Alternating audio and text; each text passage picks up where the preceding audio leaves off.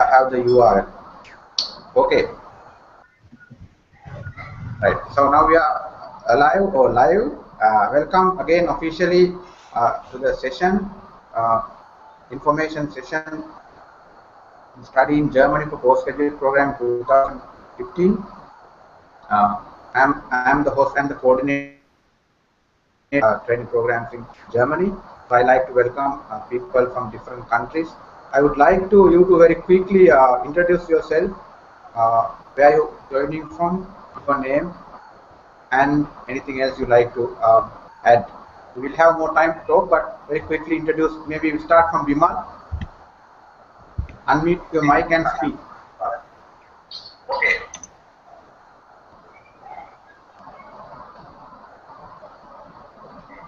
So now we are live. Welcome again officially to the session, information session. Bimal, I think you have a connection problem, so please speak. I'm the host and the coordinator.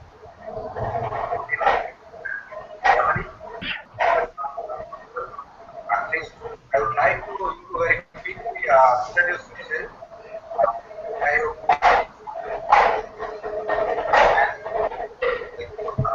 And we have more time. Very quickly introduce. Maybe we start from Bimal.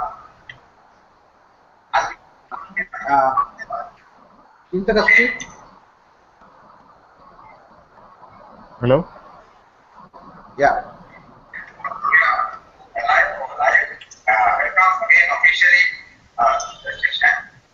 I can hear what you're saying. I mean, it's like repeating what you're saying. Hello.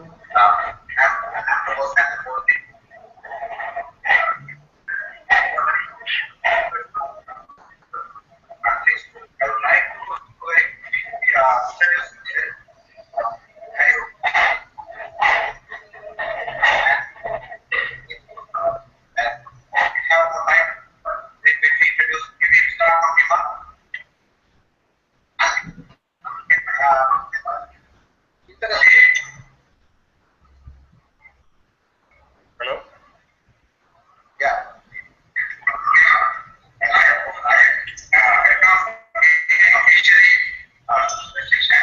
I got disconnected and I'm back.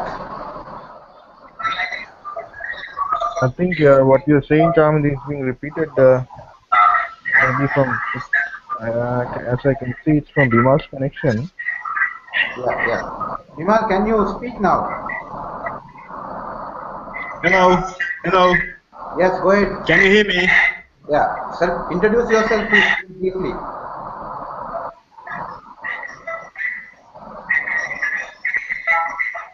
Can you hear me? Yes.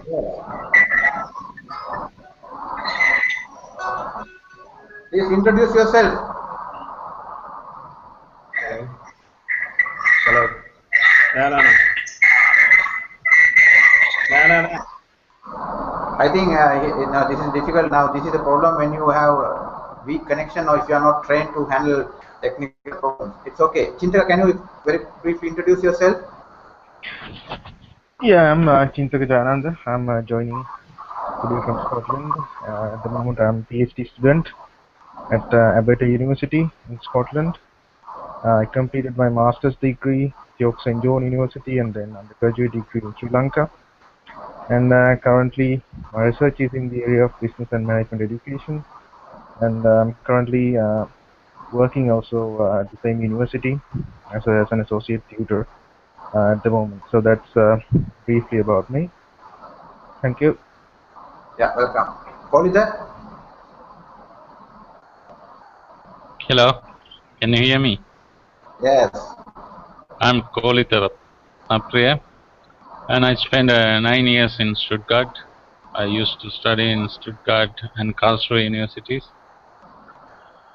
And then continuously I'm working with the German alumni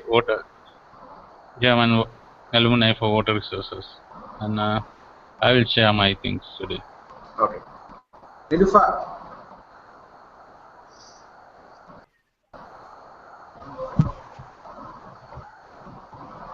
Yes. Aji? Surinder, are you getting me? Thank you. Yeah, welcome. What is that? I think Bimal, you are watching a YouTube video. So you are watching. So don't make it mute. Others you are disturbing. It comes as. So I think it's Bimal. I think we have to mute Bimal. Continuously, I'm working with the German alumni for water resources. Okay. Lufa, go ahead.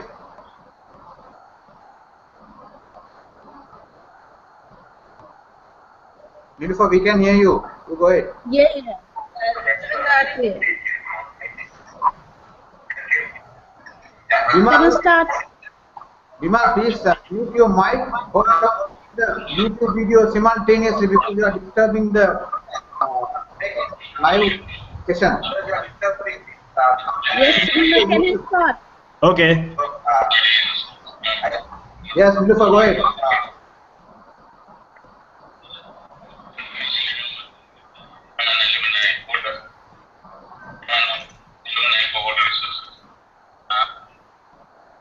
Okay.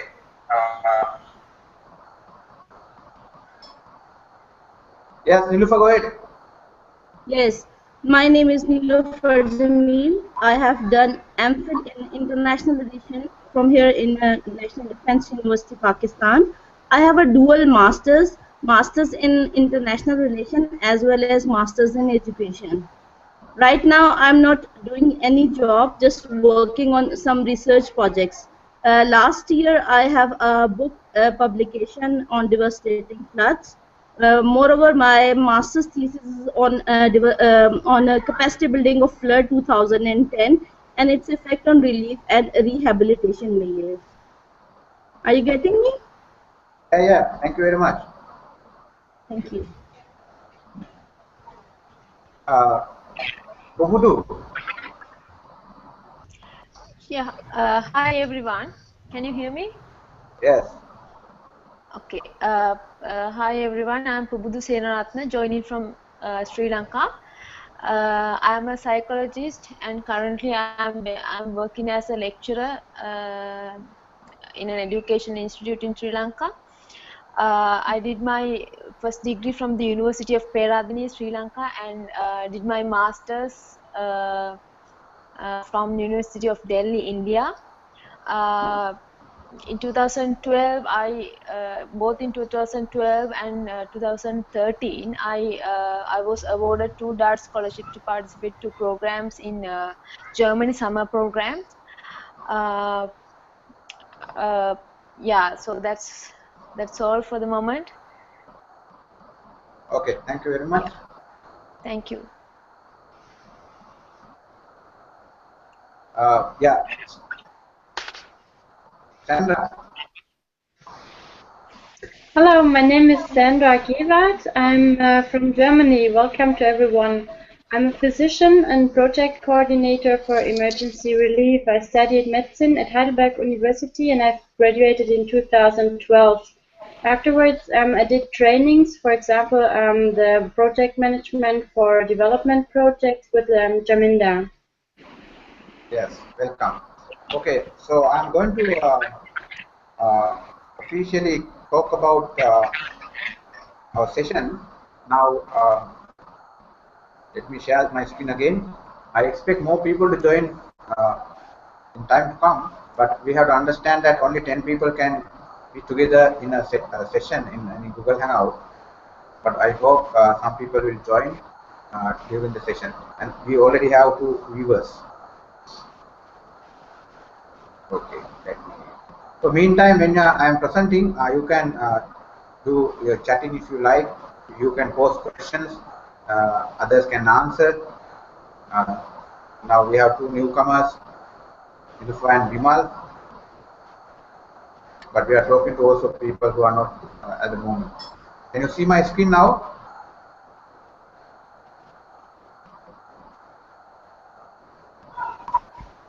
Yes. Yes. Okay. Yes.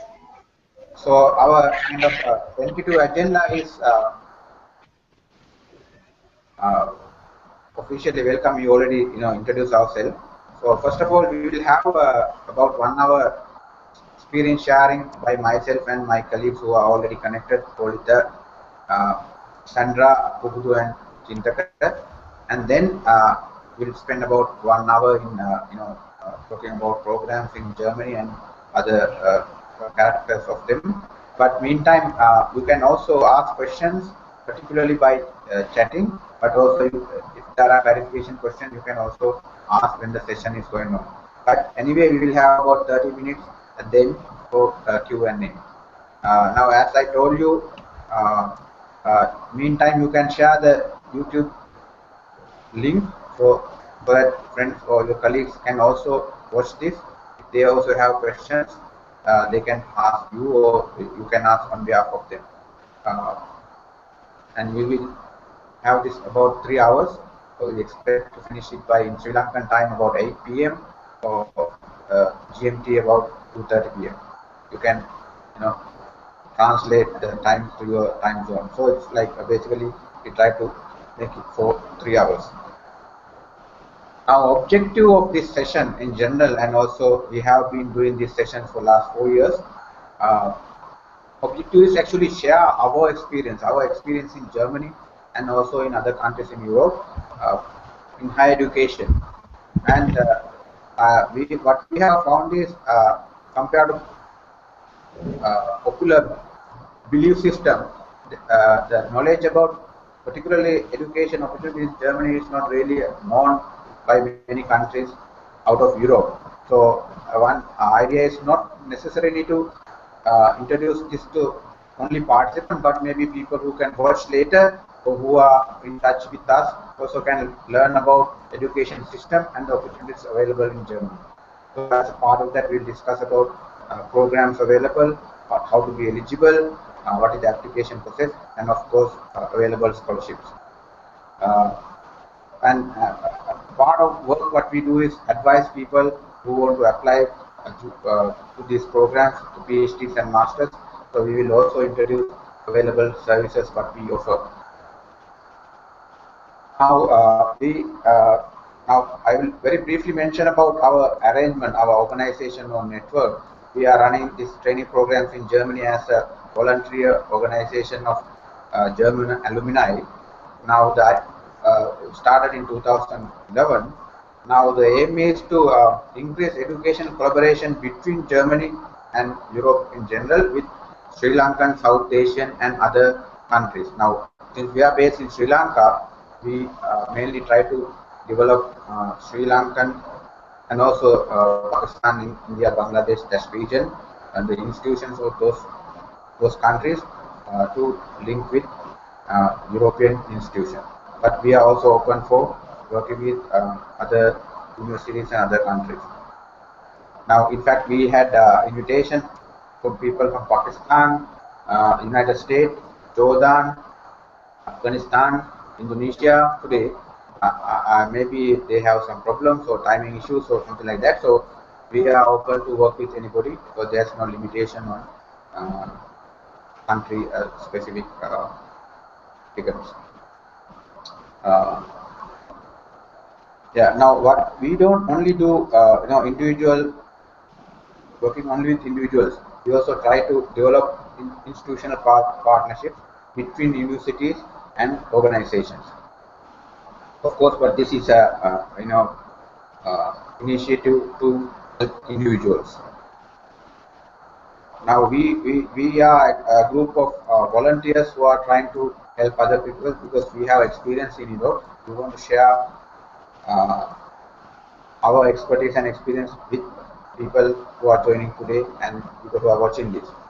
Now our association organization is not connected to any university, so we are not agents of any university or embassy, German embassy or other country embassies or any government. So we are self-funded group of German alumni working this to happen as individuals who are contributing to from different resources. You might have already seen our Facebook page. This is our main communication interface to the world. We started this in 2011. We now have about 3,300 actually. Now it's more than 3,300 fans. So I would like to invite you to join this and live, because there we post not only about our own programs, but also any relevant scholarship academic opportunities. You frequently update with those things. So I would invite you to like it and get updates about different opportunities in Europe and elsewhere. Okay, now I'm going to talk about myself, because as the founder and the main resource person of the session, I have to introduce my background, because based on that, we are going to talk about how we can help you.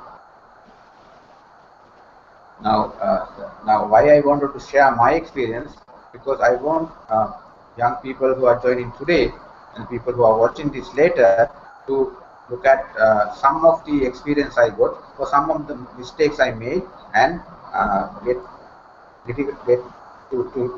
learning for their career and their educational path. Now, one thing I realize is that people always think about, when you talk about international education, think about traditional destinations, like especially when you want to study in English, we talk about countries like United States, UK, and Australia. At least those are the popular destinations in this part of the world. But also, if you look at the numbers, they are the most popular destination for fee-paying students to do their postgraduate. Now, non-traditional destinations are like, for example, Germany or Sweden, France, Spain. Those are not really known for education in English, even though we have known that there are a lot of opportunities available on those countries. So one idea is to increase the awareness about opportunities available in those countries. And of course, people can apply by looking at websites, and there are very transparent and very resourceful sites to self-apply. But we also have realized that some people need guidance in terms of deciding on the program and making their application and profile more focused. So we also try to assist and guide some people who are interested in getting our services. But this is mainly for Sri Lankan people, but also we are open to work with people who are based in other countries. Okay, now as an individual and as a professional, I have access to extensive network in higher education in different parts of the world, mainly in Europe. So I have been alumni of 8 German universities, study short courses and long programs, and in 20 European universities. I also have connections and maybe access to around 100 European universities. I am the Sri Lankan kind of coordinator for Lahore University of Management Science based in Pakistan, and also the country consultant for Association of Management Development Institution based in Hyderabad. I also have been a coordinator for executive education, that's called Nanyang Berkeley Nanyang Executive Education. This is based in Singapore. I'm also working along with American Graduate School, American University based in Paris, as their representative or as their resource person in countries like Sri Lanka, Pakistan, Bangladesh, and India. I was a participant at Harvard Kennedy School's US South Asia Leader Program in 2012, and now I'm trying to promote that program among South Asian leaders, military leaders, academics, and other prominent people to study for that in time to come. So these are some of my connections to institutions and the universities in different parts of the world. In terms of my academic background, I'm an engineer originally from University in Sri Lanka, and I have two MBA degrees. One is from LAMS based in Pakistan. I did in 2001 as an Asian Development Bank scholar. And then my main qualification in Germany is MBA in International Management from Graduate School of Esslingen University of Applied Science. That is actually the first government university in Germany to conduct MBA in English. So I am the first Sri Lankan to do an MBA in English in Germany. As I already mentioned, I did my Harvard further education at Harvard Medical School in 2012. Now in 2013, that is last year, I was in Berlin as a Daad scholar, Daad scholarship holder to study project management and disaster management. This was like 1 month old program where I also met Sandra. Okay, now one important thing about my academic performance, it's actually I got a lot of scholarships. These are my international scholarships. My first scholarship was ADB Japanese government scholarship to study at LAMS to do my MBA, and then I actually got a lot of different scholarships from governments, universities, and different donor agencies. Now, the important thing I want to highlight here, for example, from 2004 to 2013, every year I got some funding to go to Germany, mainly on Daad scholarships to do summer program. Some of them you will see later. So the idea here is that all of these diversified different opportunities, academic opportunities I got, all of them actually based on some more other forms of support or based on scholarships. I have worked in Sri Lanka and overseas in corporate sector as well as in academia. At the moment, I'm running my own consultancy company for higher education and management consultancy based in Sri Lanka, but work with different partners in other countries. One of my main, I would say, contribution to Sri Lankan profession is I'm teaching in as a visiting lecturer, different programs, MBA programs.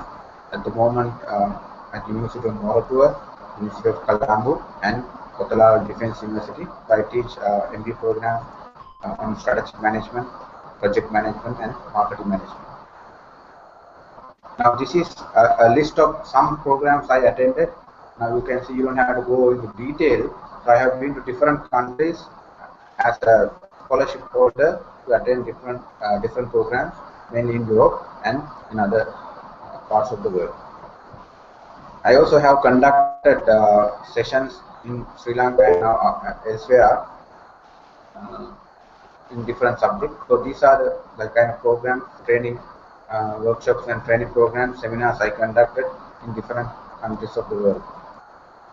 Now, one of my main academic activity during last 10 years has been participation at different conferences, not only in management but political science, development studies. This is actually not a complete list, but wanted to highlight different countries and different subjects. Now, I think I have been to around 50 conferences during last 10 years. These are also also based on some kind of travel assistance, funding, different grants. My international experience in terms of living, when I say living means I have lived in that particular place either as a resident or lived more than 1 month. So I lived in Pakistan for 2 years in Lahore as an MBA student, in Germany 1 year as an MBA student again. I lived in Sweden for 2 months as a postgraduate student. I lived in Spain, Valencia for 1 year, and also a few months I lived in parallel in Switzerland and Germany from 2003 to 2004. But also again in 2004 2013 I lived in Germany every year about 2 weeks or 3 weeks, but I have not mentioned it here. But last year I was in Berlin for more than 1 month. Now, in terms of my professional experience, I have either lived, studied, or worked in 22 countries and visited altogether about 34 countries. Now this is during last 15 years. Now why I highlight this, because as a Sri Lankan national who has a Sri Lankan passport, of course this is true for Pakistanis, Indians, Bangladeshis, it's very difficult to go to countries. Maybe it's a reputation or negative reputation associated with our passport, and also cost of traveling. But I wanted to highlight you, even though I started as a late traveler, I was able to get these opportunities, particularly based on my academic and professional activities. So some of you, maybe if you have not already done so, you will also have such opportunities. Are you there?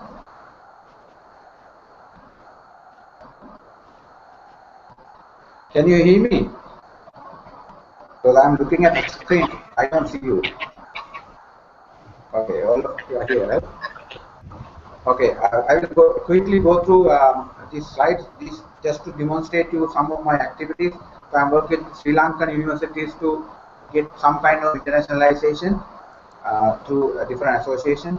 Now this is panel conference participation in China in 2005, where I participated with some other scholars. So I try to also take Sri Lankan academics and scholars to other countries. I organize panels, and then they get opportunity to go to different places. Now this was a panel I organized in London in 2005 again, about the panel in Sri Lanka in an international conference. This is another panel where I organized in 2007 at University of Cambridge. There are more than one country, like it was a South Asian panel, but I had participants from Sri Lanka, India, and Pakistan. This is my participation at Harvard Kennedy School. Now you can see this is the program I'm trying to organize along with Harvard Kennedy School to encourage people from South Asia to go and do executive education. Now this is very new, so I'm trying to get some people and also organize some executive education, particularly Sri Lankan government officers. Also, I have been teaching business schools in Europe mainly. This is a guest talk I gave in Master School of Management in Netherlands. It's also visited to another university in Netherlands in 2005. It's called Tilburg University. This is also I'm talking at different universities. One is in Germany, where I studied. It was my former MBA program, where I was a guest speaker. And then the final, the side picture is from academy based in South Tyrol in Italy. And also now I try to talk to people in different settings. Now this is one session I conducted in UK, where I met also Chintaka. So I invite them to international students, student based not in Sri Lanka but in other countries, come to Sri Lanka, come to South Asia to do their internship, do their research, to do their field work. So I'm trying to invite international students to come to Sri Lanka and to South Asia. Also, another way of that I'm trying to make international Sri Lankan education international. Sri Lankan particular management education is try to write case studies about Sri Lankan successful companies and doing it, writing in management book. This is a contribution by me, or a company called Delma. It was featured in a popular textbook called Principles of Marketing of Bill Kotler. In fact, this was done in 2013, and as of 2007, now we are trying to update with new case studies for the 14th edition, which is coming soon. I work with my phone course at Lahore Institute of Management Sciences. His name is Hussain Saniha, who is the main co-author of this book along with Bill Kotler, and there are other co-authors. So I'm writing short case studies for him.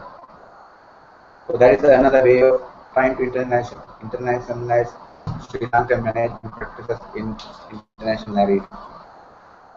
Also, one of my job was to do research on South Asian platforms. Now these are some of these publications we have done as collaborative work among South Asian students. So I have also contributed at least one chapter for each book. These are published in India, Pakistan, Bangladesh, and Sri Lanka. So these are collaborative South Asian contributions. Now, important aspect of that is not really these publications are just for academic practices only. What we have been doing is trying to share them or hand over them to South Asian important policymakers. Now you see, I'm giving one book to German Embassy in Colombo because Corona Stiftung or German Foundation funded this project. And the same thing I give to Pakistan, Sri Lankan, Pakistan ambassador in Sri Lanka. Second one, the blue picture here is we had the book launch and discussion with SAC Secretary in Kathmandu in Bangladesh, in Nepal. And the final picture is I'm releasing some recommendations of one publication to Sri Lankan ministers. So you see the people who are sitting there, at least there are a few ministers. So the idea is that you do research and also you try to influence policymakers to follow your research and implement them. So that is one work I have been doing for the last few years. As I told you, I work with different organizations in Europe to improve collaboration between South Asian and European universities. I signed an MOU with Graduate School in Paris in 2007. This was my work collaboration with York St. John University, and again in 2007. And also, I try to invite international universities and higher education institutions to come to Sri Lanka and work with Sri Lankan universities and invite Sri Lankan students. This is one UK. The same university, they were invited to visit us, like a remote university in Sri Lanka. This is as an MBA graduate from Law University of Management Sciences. I am kind of their regular hosting information sessions and recruitment events in Colombo. So this is this we have done for several years. This is in 2008. Also, 99 Technology University is a high-ranked business school based in Singapore. So I work with them also in Sri Lanka to have their programs conducted in Sri Lanka and to get students from Sri Lanka to 99 business school.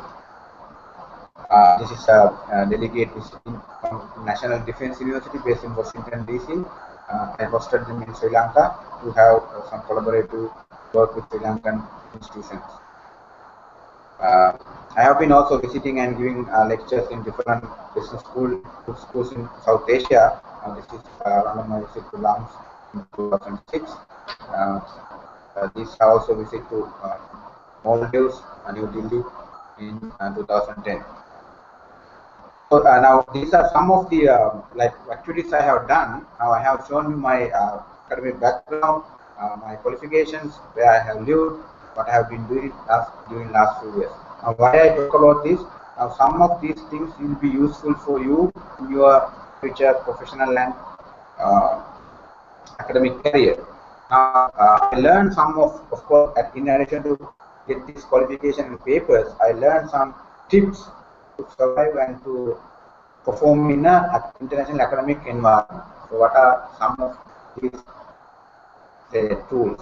Now one thing or kind of tips. Now one thing I learned, now the value of multicultural. Maybe you are comfortable, you are like the guy in your own country, but when you go to different countries, you will realize that you are a minority. So maybe now, for example, in Sri Lanka, I am a majority in terms of my ethnic background, in terms of my education, in terms of my all other characters. I'm like privileged person. But when you go to different countries, you will realize that you need to have different sets of attitude and skill to survive. So maybe, for example, even if I live in Pakistan, I have to survive in a differently organized society. The same in Germany or any other European country. So that is something you will realize you have to live in a country as a postgraduate student. So you need to be open for that. Second thing is, now if you look at my educational evolution, so I started as an engineer and then into management. Even now I'm teaching management, but I'm trying to now more into do things in international relations, political science, sociology. So in the 21st century, a lot of music programs are multidisciplinary by nature. So if you have thought that you are a mechanical engineer, you want to study mechanical engineering for your master's and PhD, of course you can comfortably do that. But a lot of programs, at least in Europe, in the domain we are talking about, they don't really think that way. So you will have a combination of law and management, or you have a master's program in business and IT. So if you don't think along multidisciplinary line, so that will be no, it's not really. You will not be able to get into those programs. So you have to think multidisciplinary. That is very important if you want to have international academic career. Part of multiculturalism is like the different tools you will learn in different societies to survive. Now, when I was in Spain, for example, my English was not very useful because the Spanish people don't really speak English as their preferred language. So I have to survive in English speaking, Spanish speaking country. My ability to learn languages, different languages, very poor, I would say. So I had to set up, set up different tools. For example, I use, to read newspapers, things like that. But even notice, I used to use translators like those days. There's Google Translator was not available, so I used Ultra and then get other people's help. Maybe learn basic, basic necessary language, but it's not only about languages, maybe cultural practices, how you interact with people. Now, when I was in Germany, I had to learn about cars and football to communicate to people. So, whenever you go to a different country, you'll have to learn different tools to survive in this particular country. Yeah. Now, I emphasize the fourth point, that is now you can be very smart, you can be very bright, but I think in the long run, what remains is how professional you are and how ethical you are in your professional and work practices. So to be honest, to be truthful, to work on time, to be able to accept your weaknesses and improve yourself, those are very important. Now, when you are even applying to programs, they will look at your motivation letter or your essays. You will have to say why they should hire you. So, if you emphasize your professional ethics, this is maybe looks simple, but now this is one thing. All the time I see now, even when you are trying to connect with people to hang out. Now, a lot of people want to join, but they have not done, and I have given the instructions, and they have said they have joined, but at the end they are not, for example, appearing. So if this happens to application in the program you get application, you get admission, and you don't go. So universities in Germany, which is kind of free education, you won't be able, they won't be able to fill the vacancies because people who got admission, they drop. So if you don't go, you let them know that in advance, then they can invite somebody else. So this is the main issue among South Asian people. Now I talk to some admission officers in German university. They say when you are mainly from India, Pakistan, Sri Lanka, Bangladesh, we offer them admission. In the final moment, they drop. So therefore, we will not be able to invite other people.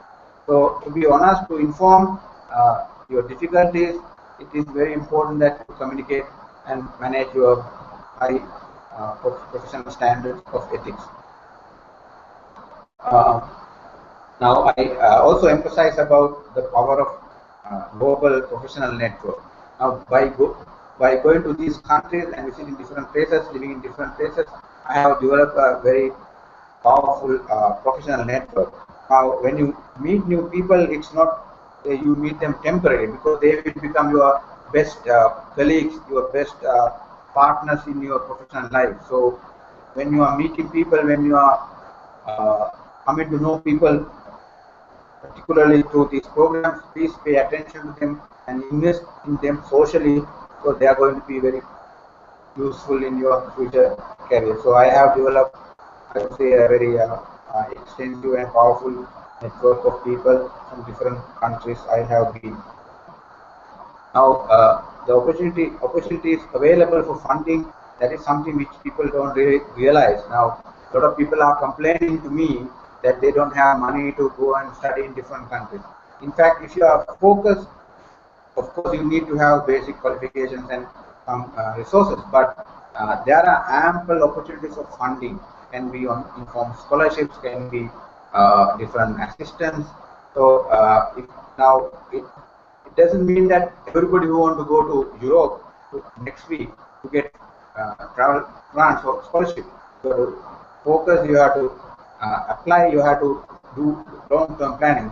The point is there are a lot of opportunities in terms of financial support, but it is important that you maintain your focus and long-term planning. Those are important aspects of getting those support. Now, I strongly believe that education is not about getting a master's or PhD or any other qualification.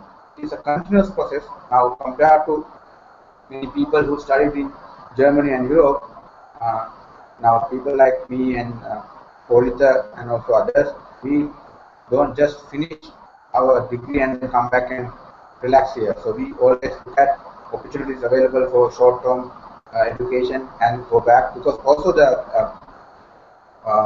donors like Daad, they encourage that your lifelong partnership.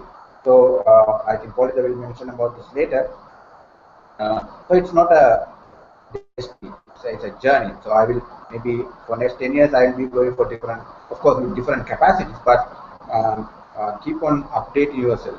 As a part of that is actually giving away and sharing this knowledge with other people. Now, one objective of this session is also with that intention. So we just don't want to have this opportunity only for us. We want to share with other people where they can also try and find out opportunities. Now, final point also is so important. Now, nothing is free. You have to spend maybe your resources, your time, your effort if you want to get continuous professional development. But don't think that both two things. Now, it is not really expensive. You can always, you have the easy part, you pay a lot of money and then get education. I don't really recommend that if you are smart enough, or all of you are actually smart enough to go along the path I was saying. Now, it's also nothing is free. Maybe you don't have tuition, but you have to spend your time, maybe application processing fee, and you have to give up the job you are doing for the opportunity cost. So calculate ROI, return on investment, as a social investment, but it's always beneficiaries. You get higher return if you invest in your career development. Those are the main important points I want to emphasize. I would these are my contact details. You can, I am very visible online and also on social media. You can just Google my name, or you can connect me through this social media network. Now my online identity is Dilhanaka, that is my second name. I also have my own website and my organization website, but you can simply you can do simple Google search with my name and you can find out about me. My mail and numbers are also here. This is basically about this. We will have next session share experience by other people. But before that, if you want to ask any questions, you are free to do so. By chatting, or you can ask questions. Hilfer, Vimal, any questions?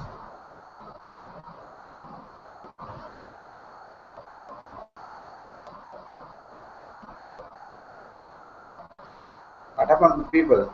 Are they sleeping? Here. Okay.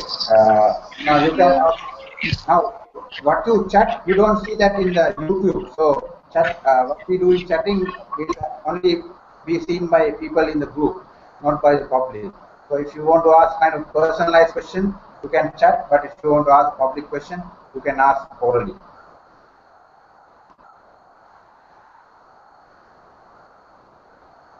Who is this? Okay. So I think we can go ahead.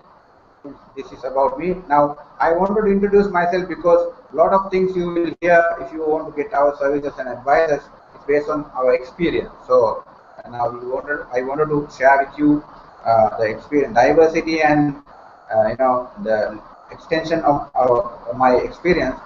But then different people have different experience. Now, for example, my net living in Germany has been 2 years, or even though I've been frequently traveling there. But then, for example, Polita has been there. He has a dominantly German experience as also as a family, and then we have Sandra who is living there as a German national. So she has a different experience. Then Tugu has experience of different countries, but she was a scholarship holder 2 times in Germany.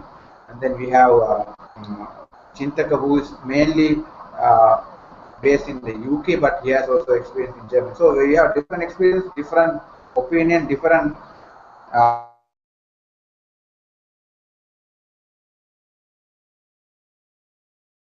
you have different options to get from. So I invite now Polita to continue with your presentation and your ideas.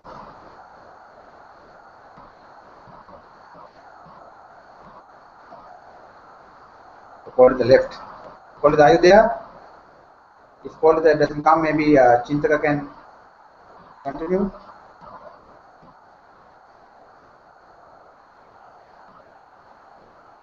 Hello? Yeah, Chintaka, do you want to continue? I think Polita has some technical problems. Yes, I can do, yes. Okay, yeah, I'm Chintaka Janand. Just give me a second, I'll share my screen first.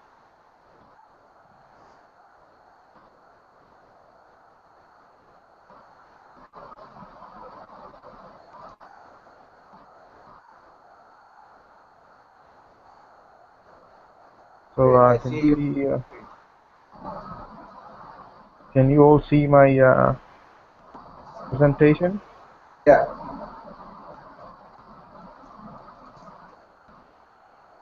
All of you can see it? Okay. Yeah. So yeah, as I said before, I'm Chintaka Jayananda, joining today from Scotland. As Charmind explained, my experience is mainly from Sri Lanka, where I did my undergraduate degree and also my school education. And then I got this scholarship to study in an English university at York St. John University in England to complete my master's degree. That was in 2009. And then in 2010, when Charming visited York St. John University, this is one of the pictures when he visited York St. John University. We met, and then he recommended and he explained us some of the key characteristics and some of the important information about European education apart from UK. So, which motivated me to go to Germany. In 2012, I was lucky enough to get another scholarship from the German University, University of Koblenz-Landau, to study 1 month there in Koblenz. And that's basically about me and my experience. And currently, I'm a PhD student, and also I'm doing some lectures and also working there as a tutor and a lecturer at the moment at University of Aberdeen in Scotland. So to start with the presentation, yeah, as I said, this is where I met Charminder in 2010 when he was visiting St. John, where we organized a program for him to share his experiences. and he's currently also working with I think York University. He's still working with them as a consultant, and my experience in Germany, I can maybe explain it under 4 themes as I planned. One is education experience. The other is travel Europe travel experience. Then cultural diversity type of experience, and also other learning opportunities. The main idea was going to Germany was to get the right start for my PhD, which I was about to start in 2013. So it was all for me it was all experience, and it was all about learning a different system. And also I was fortunate to study one of the latest business concepts or business subjects, which is called design thinking, which I will be explaining you in my next slide. So the education experience, this is a subject which is becoming popular at the moment within some business schools and also especially designing schools, called design thinking. In Germany, what I learned was a little bit different. It's called entrepreneurial design thinking. The idea or the concept is being taught is being kind of promoted by Stanford University, which is a 9 months or 10 months course. But in Germany, I studied that 1 month, and so it's a new subject, a new subject area, and also the people they've chosen, I think, were from different backgrounds. And say, for example, some people were scientists, some people were doctors, and we were from management backgrounds, and there were people from computer engineers. So there were different types of people, and it was truly multinational and also a very diverse kind of experience. And this is a picture we've got during the time at School of Entrepreneurial Design Thinking. And that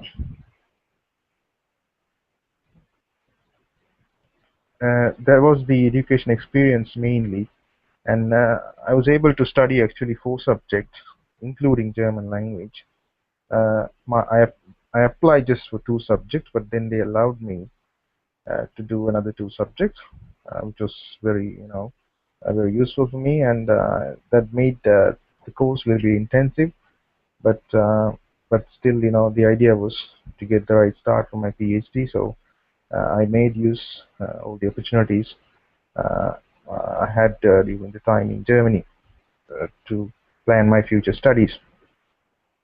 The next one is, let's say, the European travel experience. This is something that I did not experience even in UK. I have, when I went to Germany, I have already lived in UK for 3 years, but I could not experience this in UK, where you get the next train is to another country. I can still remember standing there when I set my foot in Germany, in Cologne, Cologne Airport, Cologne Bonn Airport, and when I was standing there, the trains were coming, were not going to the cities, but they were going to different other countries, which I haven't seen before, which made things very interesting for me. The system in Germany and in Europe. As I said, I did not have much time. I made all the opportunities to focus on my studies. So I had little time to travel around, unfortunately. but I could visit few cities in Germany, like Cologne, like Frankfurt, and also Trier, and also I was able to travel to Luxembourg. Uh, so that's a travel experience, and it was very interesting. And to go to the next slide, uh, as I said, the multinational, multicultural experience. So as you can see, there were people from Philippines, Albania, China, Poland, and South America, North America. So people of different countries, from Russia, scientists from Russia. So that was a very multinational, multicultural, and very diverse type of experience working with them as teams. And I think I can call it one of the most successful team projects I could do with one of the teams in my life, like a cross-national multicultural group within a multicultural group. It was one of the most successful projects, team projects. And in other learning opportunities, uh, which is something that I could not have in UK even during my masters. The German University of Koblenz, they organized us an industry visit during our time at Koblenz to visit one of the vineyards in Koblenz, and also I made opportunity to go around and have a look the other systems, how German different system was working. And also as a researcher, I found that Europe as a whole is an opportunity. If you're trying to do research or do a PhD, I think there is no other place better than Europe in the world, because there are a lot of opportunities to present your papers, to present your research, attending these conferences and different seminars, and they are in different countries. So it's not like you are living in UK and doing a PhD.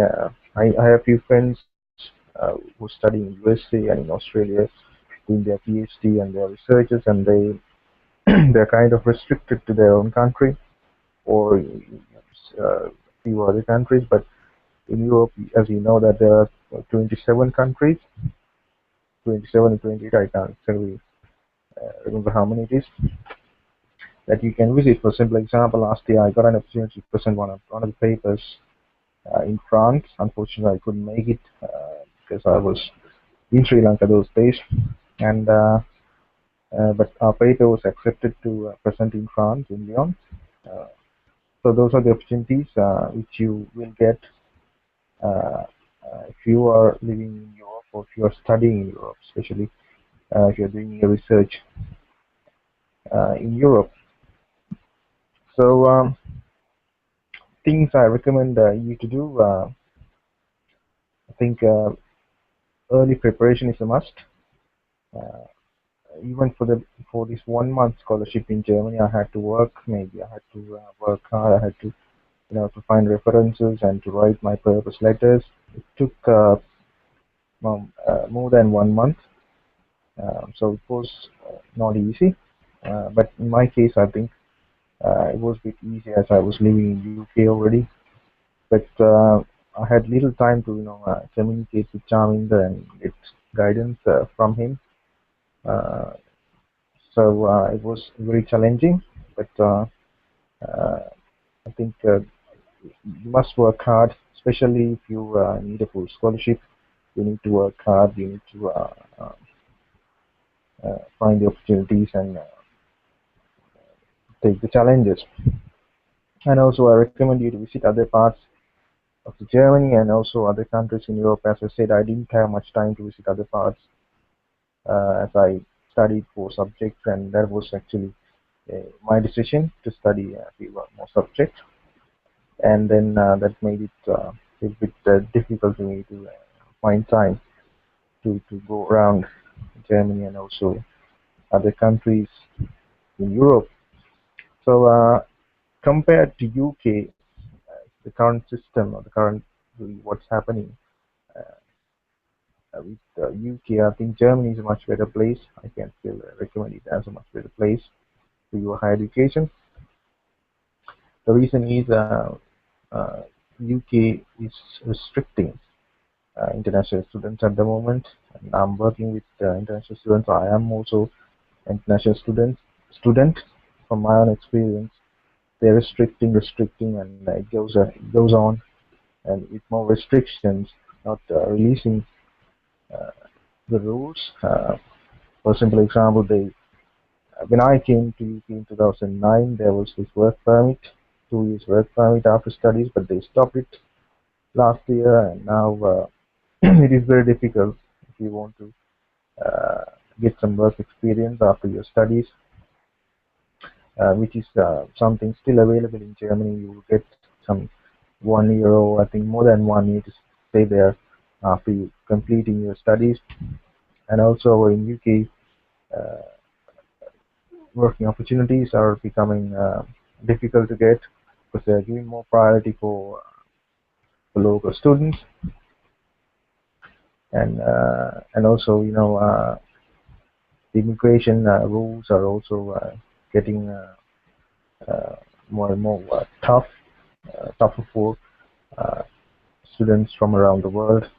Uh, so I think Germany, for me, is a much better place. Uh, as you know, it's not that easy to get in, but if you once you get in, I think the system will be much easy and helpful for you to continue your studies. So that's about my experience and the experience in Germany. So if you want to contact me, these are my contacts, my email and my Facebook. I'm available. If you have any questions, you can ask. So that's that's about my experience and everything. Thank you very much.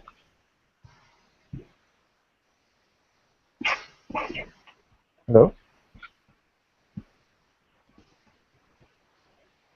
Hello.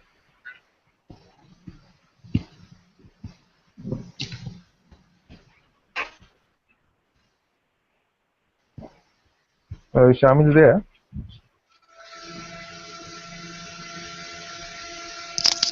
Yeah, I'm here. Thank you, Chintaka. If you want, and if we cannot hear Chaminda right now, I can follow and do my Yeah. presentation right now. Yes, Andrea. Yes, go ahead there. Okay, all right. So thank you, everyone. First of all, Chaminda, for giving us the opportunity to share our experience, and then thank all of you, the audience, and the other experts about for your time and your interest in this session. So I'll now show my presentation and share the screen with you. First, let me tell you something about myself. I want to talk now about studying a master's degree or a PhD in Germany. And about myself, I'm Sandra Claudia Gewald. I'm born in Stuttgart, Germany. I'm a physician. I studied medicine in Heidelberg, and I graduated in 2012 from Heidelberg University. During my studies, I had the opportunity to work in hospitals in France, in Germany, and in Singapore. During my studies and now after my studies, I've done my medical thesis on colorectal carcinoma. And now, in this year, I will start my Master of Science in International Health, also at Heidelberg University, which is a one-year master course. My professional experience, especially abroad, is is quite wide. I work in Africa and in Asia. So I worked in the Democratic Republic of Congo in social marketing.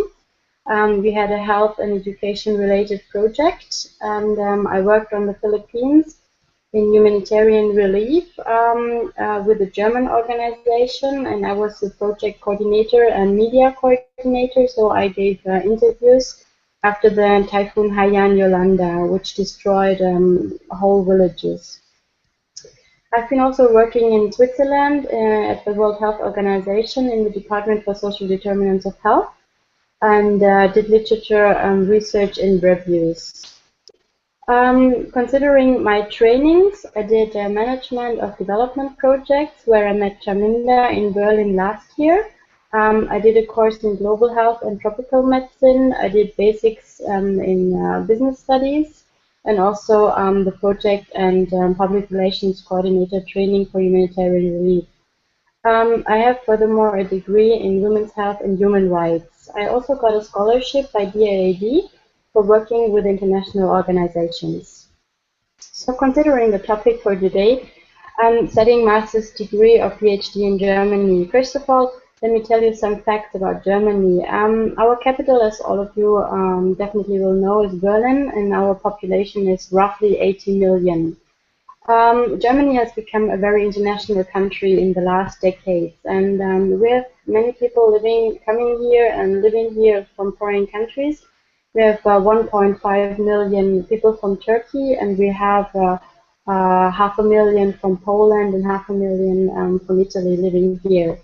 So in Germany, we have a long cultural and scientific tradition, and our system has been changed to bachelor's and master's degrees in 2002 during the Bologna process. You might be a bit nervous about coming to a country that's culturally quite different from your home country, but be assured that you will have a unique experience and that that this will have a great impact on your later life. So to provide some relief, once you're admitted to the university, most universities offer an orientation week. So for all of you to get familiar with the environment. So the application process, as Chintaka has mentioned, is taking a while. So please be sure that you have at least 1 year in advance that you start all the preparations. So all students or PhD candidates must apply for admission to a university first of all. Then second, if you wish to, you must apply additionally for the scholarship, of course. So we should start this application, as I said, at least 1 year in advance. We also need a visa. So some universities ask for an assessment test. If required, proficiency in German and mathematics plus other subjects depending on the field of studies and university requirements are tested. So first of all, it takes time to choose the most suitable master or PhD program. Then you have to register and open an account for the whole application process. Most of the times the application is highly time consuming. So to give you a personal example, for example, I applied at 3 universities to do my master's in international or public health, and I had to respect 3 different deadlines. The whole application process took me several days as I needed to write research proposals with completed project designs. So it was very tiring, and you will have to put lots of effort already at this early stage. So, but to give you a sort of relief, no worries. Many students have gone through the application process and came to Germany, so you can definitely do it as well. So first, let's start with the masters. The duration of master's degrees is 1 to 2 years in Germany. So the most common degrees are the Master of Arts, Master of Science, or Master of Engineering. The forms of study are full-time, part-time, distance learning, dual, like work-study programs, or programs with an international focus. So different universities have different application requirements. It will depend on your bachelor's qualification, which will be most suitable for you and accessible for you. So choosing the so-called right university and the right program will depend on your personal choice. In winter semester 2013 and 2014, just to give you an idea, there have been more than 2.5 million students enrolled at more than 400 universities in Germany. So there's a great variety. For PhD programs, the duration is 3 to 5 years. The German doctorate enjoys an outstanding reputation in all disciplines. In Germany, some 25,000 graduates successfully complete the doctoral process every year, far more than in any other European country. And they individual doctorate and structured PhD programs, so up to you to choose. You'll need to find a professor from a German institution, for example, during an international conference that you might attend. or by personal contact. So that the teacher or the professor has to accept you as a research student. Of course, which is really interesting, the financial support by mainly DAAD scholarships. So in 2013, DAAD stipends have been granted to 50 students from Sri Lanka. The aim of the DAAD is to enable students from all over the world to study in Germany without the necessity of working during their studies to finance themselves. So the DAAD Master and PhD scholarships are provided for 1 year and have to be renewed on a yearly basis up to 4 years. A master's degree. The stipend covers all university fees plus general insurance such as health, accident, and liability insurance. Travel costs are also covered to some extent. A monthly allowance of 700 to 800 euro is paid by the DAAD that students will be able to cover all living costs. For the PhD, it's similar. The university fees will be covered and a monthly allowance of more than 1,000 euro will be provided, plus insurance and travel costs. Similar benefits as for master's degree. With a standard duration of 3 to 5 years for a PhD, the DAAD is mostly prolonging scholarships until the 3rd or the 4th year of the PhD. Before a scholarship can be granted for a PhD program, a supervisor at a higher institution has to be found and has to write an approval letter for you. So the application requirements for a DAAD scholarship. Of course, the graduation is a basic requirement, a minimum of a 4-year bachelor or a master degree, then a minimum of 2 years of working experience, and a positive thing is there is no age limitation for DAAD scholarship. And prior studies must not be finished more than 6 years before an application to a master's or PhD program. Now, all of you might be a bit worrying about the German language skills that are necessary. So, considering the university, they might be mandatory if the course is partially or fully held in German language. If not, English will be absolutely sufficient.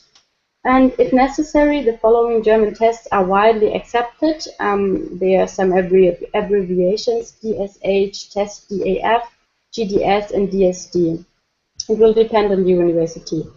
So the German language training is offered by DAAD for a duration of 2 to 4 months prior to the beginning of the studies. And it is not mandatory for you to notice. Of course, it will be highly recognized if you do a German language training before you study, because it shows that you're also interested in the German language, German culture, but it's not mandatory. And for you, it's quite nice, it's a benefit, because all costs and of the course and of the accommodation will be covered by DAAD. So one more time to give you a personal experience, colleagues of now my Master of Science in International Health are holding a DAAD scholarship, and they did a 3-month German course prior to the start of the master. So the language course is fully covered, as well as the university fees. And additionally, they get a monthly allowance of 700 euros. Generally, program costs in Germany. Public universities are at the moment in different states within Germany very cheap. So roughly about 150 euro for 6 months. That's what I'm paying in Heidelberg generally during my medical studies. So it depends on the political parties that reign the state. At the moment it's very low. It can be a bit higher. In the last years it was like maximum 600 euro for 6 semesters. So, which is really nothing compared to other programs in the United States or in Great Britain. So the postgraduate or the master programs can go up to several thousand euro per year also. So my experience is now I'm enrolled at the Master of Science in International Health at the Heidelberg University Institute of Public Health, and the 1-year full-time study will cost 14,000 euro. So living costs and accommodation in Germany. Living costs are quite cheap in comparison with other EU states. So the price level is only in Poland and the Czech Republic cheaper. So this is from the Federal Statistical Office in Germany in June 2014.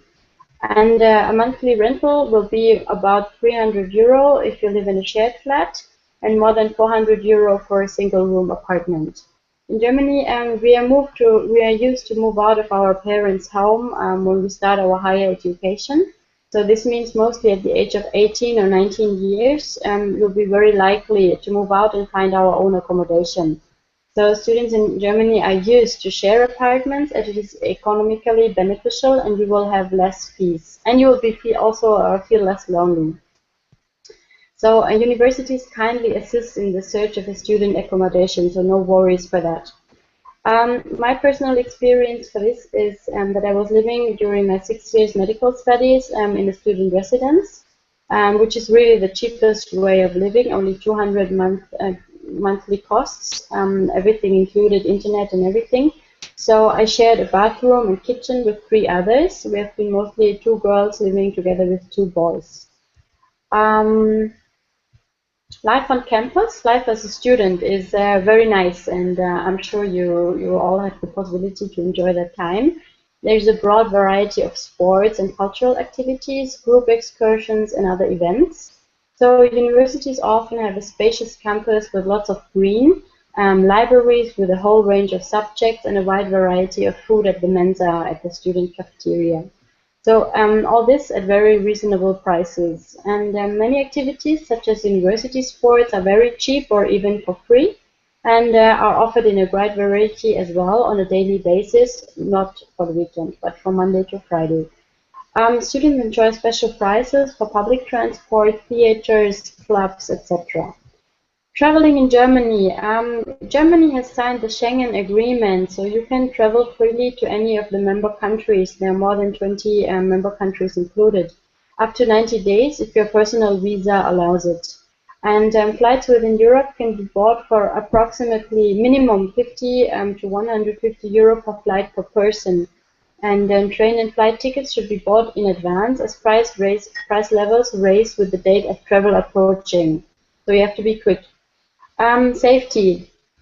Generally, Germany is a very safe place. It never happened anything to me at all in many years.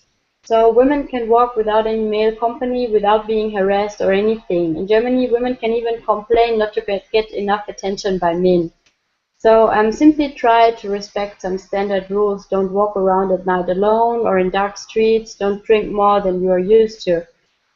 Pickpockets, of course, as everywhere. Smartphones, handbags, especially at the central stations, are always something that you have to be aware of.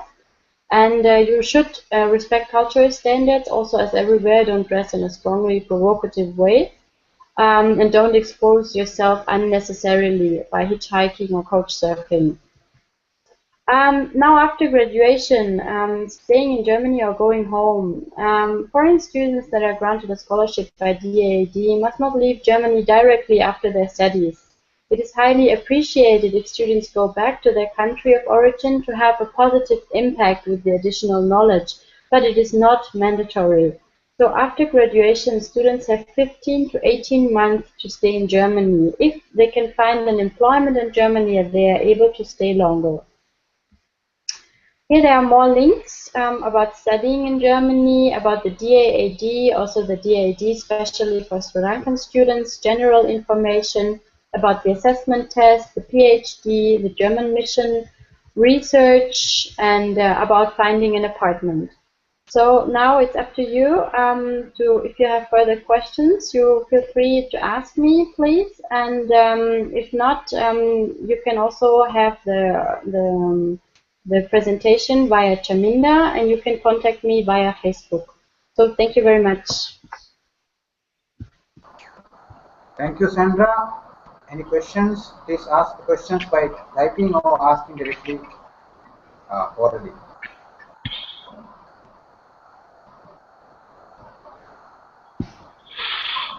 Pushpa, Vimal, any questions? You can type or you can chat when you are presenting. Maybe Kolita can start the next presentation. Meantime, we have 5 viewers now. Okay, any questions, oral questions?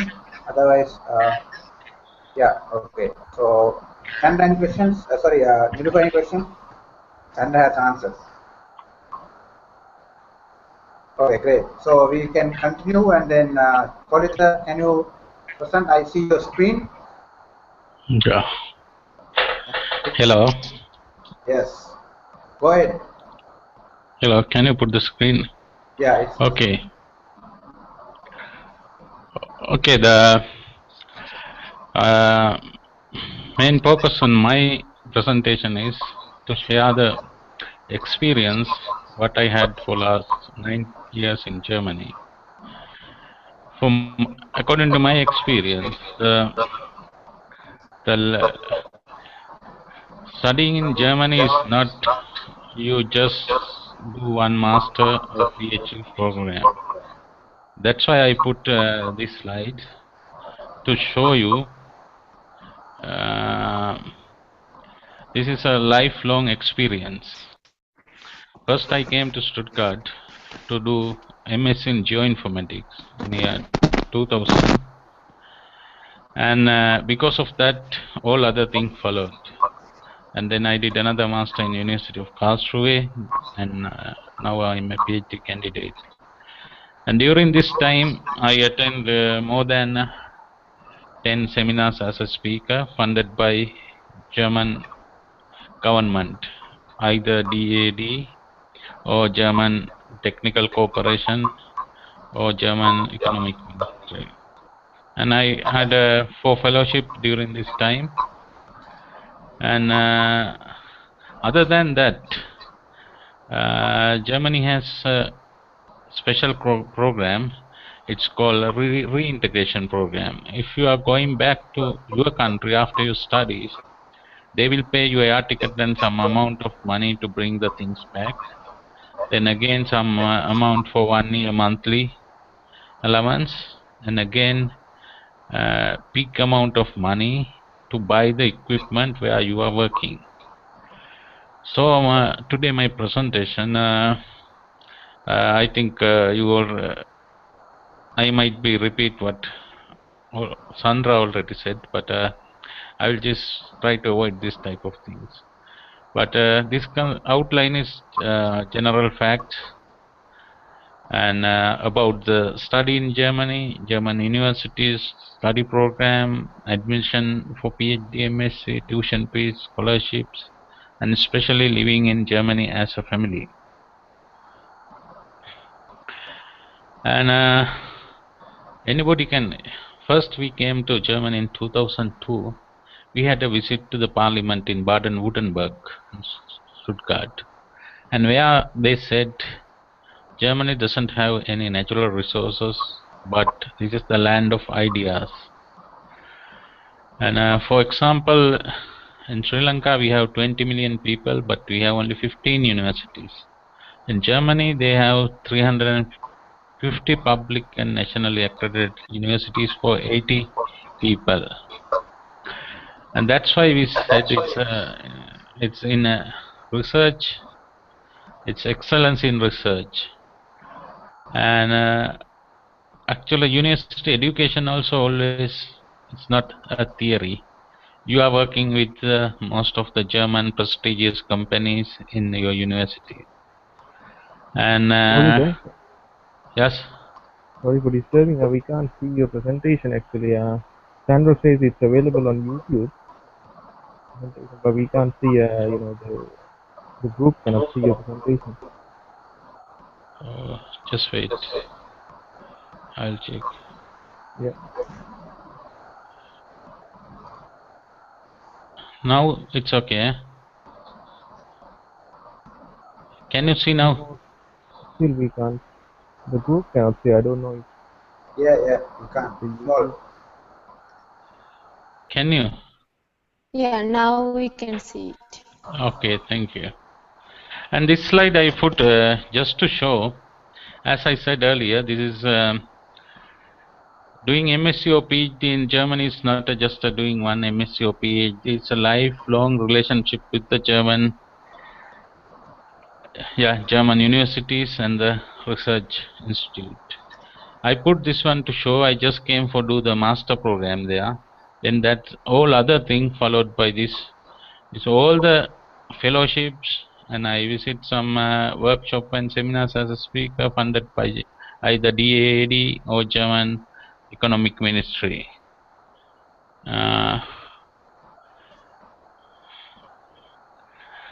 That is different from you are Still, we doing. cannot see your presentation. You can't see. No, I cannot see even the girls in Pakistan face you cannot see. Shaminda, can you see? Yeah, I can see outline general facts by Germany. Yeah.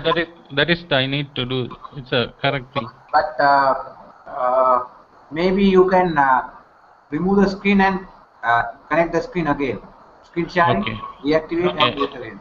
I will do that. We have 5 viewers now. Okay. So I see like a big face now. See because Too close to the screen. Now it's okay. What about other people? Now I hope it's okay. Yeah, now we can see. It's there. Okay, thank you. Yeah. I think you can see that only in Sri Lanka. Okay. I seems like you can see it only in Sri Lanka. Yeah, I think Sandra said she can Something like that. exactly. Sandra disconnected. Yeah, she'll come back. Okay, so go ahead. Okay, this is the outline of the presentation. I'm sorry. I think only people in Sri Lanka can see it. And I was just kidding. no, Sandra said he can't. But in the focus now that will be in YouTube, so they can watch in YouTube. Okay, welcome, Sandra. Okay. Go ahead. Okay. Then what I need to tell is I will talk about my experience in German universities and study program and MSc and PhD, scholarships and living in Germany, mostly as a family because I used to live these 9 years as a family. And as I said, it's a excellent place for research and a very close link between the universities and the industries. And the university and both industries mostly working on international focus. And other advantages, we can do our studies in English medium. I think we are the first student who came for English master course. And it's less expensive because tuition fees is almost negligible. And there are a lot of career opportunities.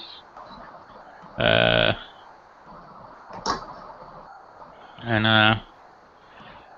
I just put to show you because but you have to make the screen little bigger or remove the slides in the side. Make it screen view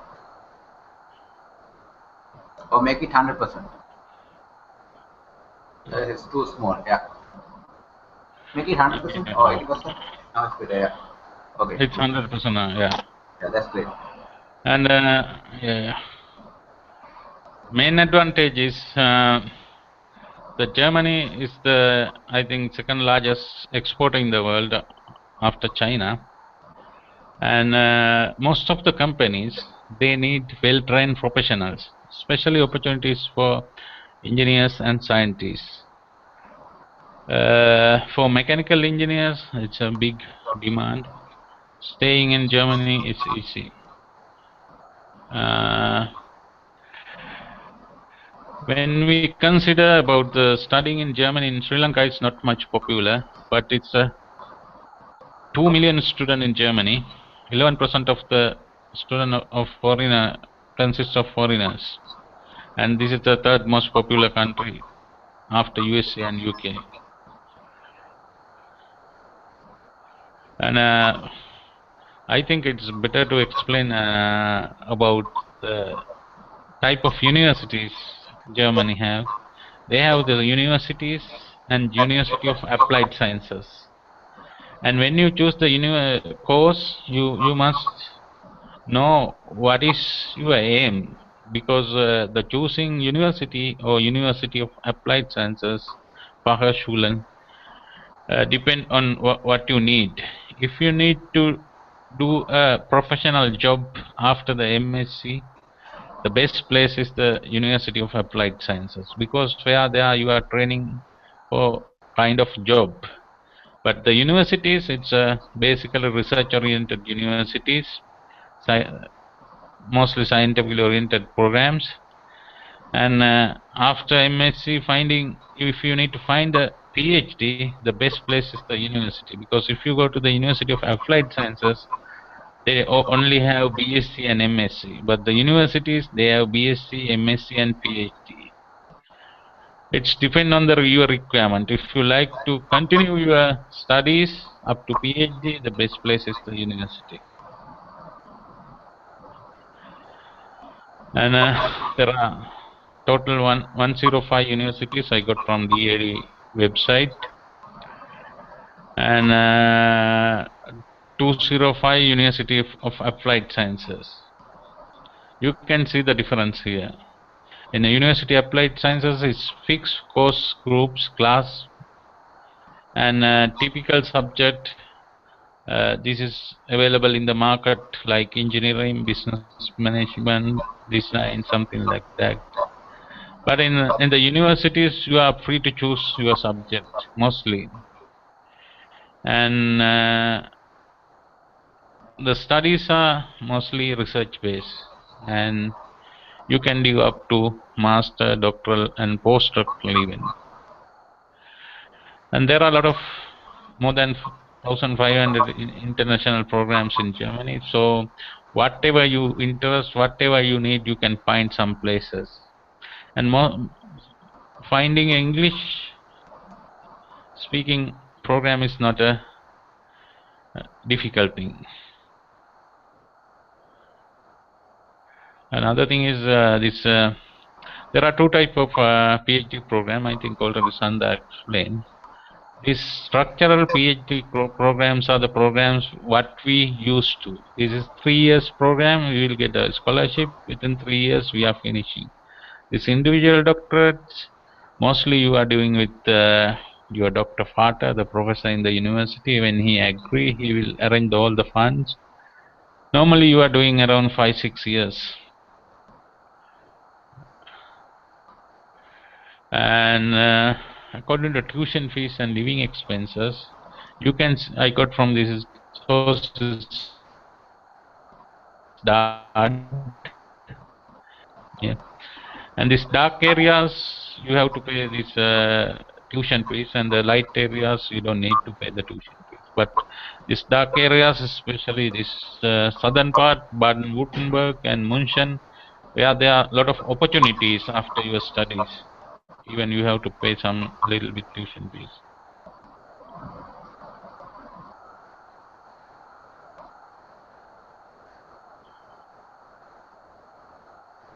And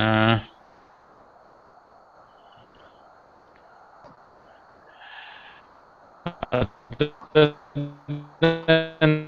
that, earlier said this is a very safe place, especially this South Germany, where I was in. Baden-Württemberg is a safe, very, very safe, and Stuttgart, especially, is an international city, and yeah, it's worth to go there, and you will have a good student life, because students are mostly benefited from some cheaper things. Okay, that's what I need to tell. And basically my focus is, if you have a question, I can answer, because my main focus is sharing information, experience as a foreign student in Germany. I used to live as a family, so if you have any question about your children, the spouse, how their life, please, you can ask. Okay, thank you very much. Yeah, okay. Any questions from coordinator?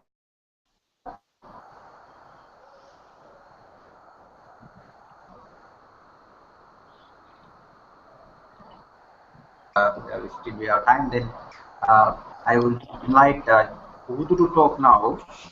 You are available, and I think I have to share the screen of Pubudu's presentation, and Pubudu can talk from there. Pubudu, are you there? And meantime, you can ask questions from Chintaka and Polita by chatting. Okay.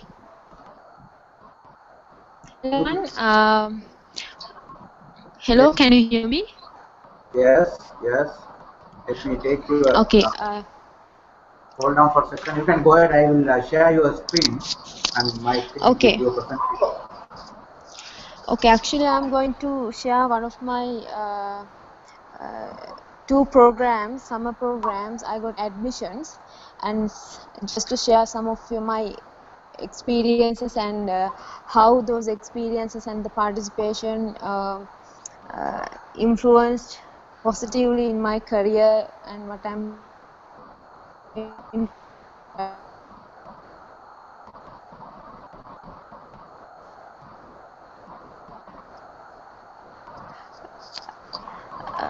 So I will just start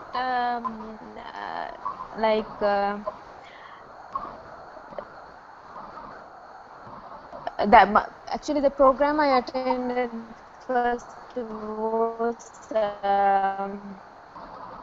that was in Ulm University of now that was my first European experience, and before that I had some international experience and that added really good some positive remarks. I got this opportunity based on my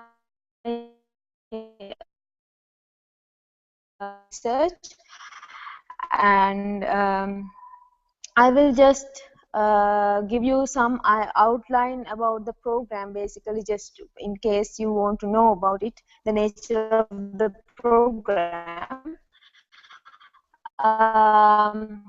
Shamin, are you ready with the presentation?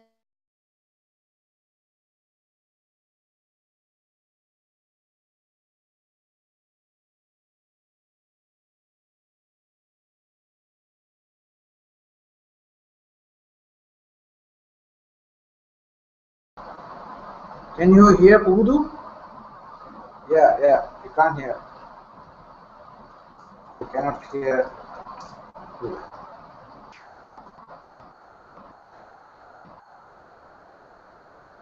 Connection problems.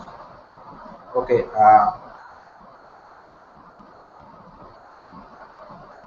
Yeah. So what I can do is I can quickly run her presentation.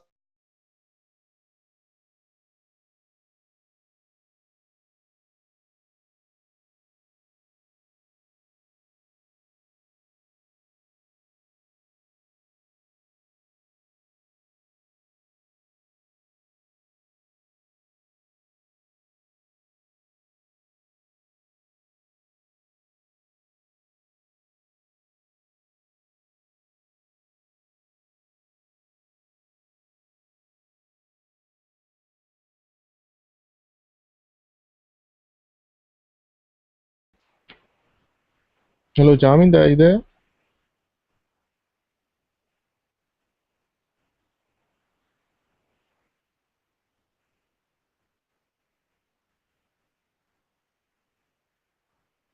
Hello, Kolita, can you hear me? Yes.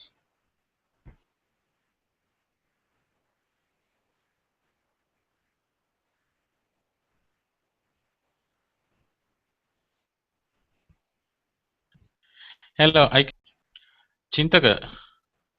Yeah, I can I hear can you. Yes. hear, but I can't hear anybody else. Chaminda or Pubudu, I think they're No, both no. not connected or something.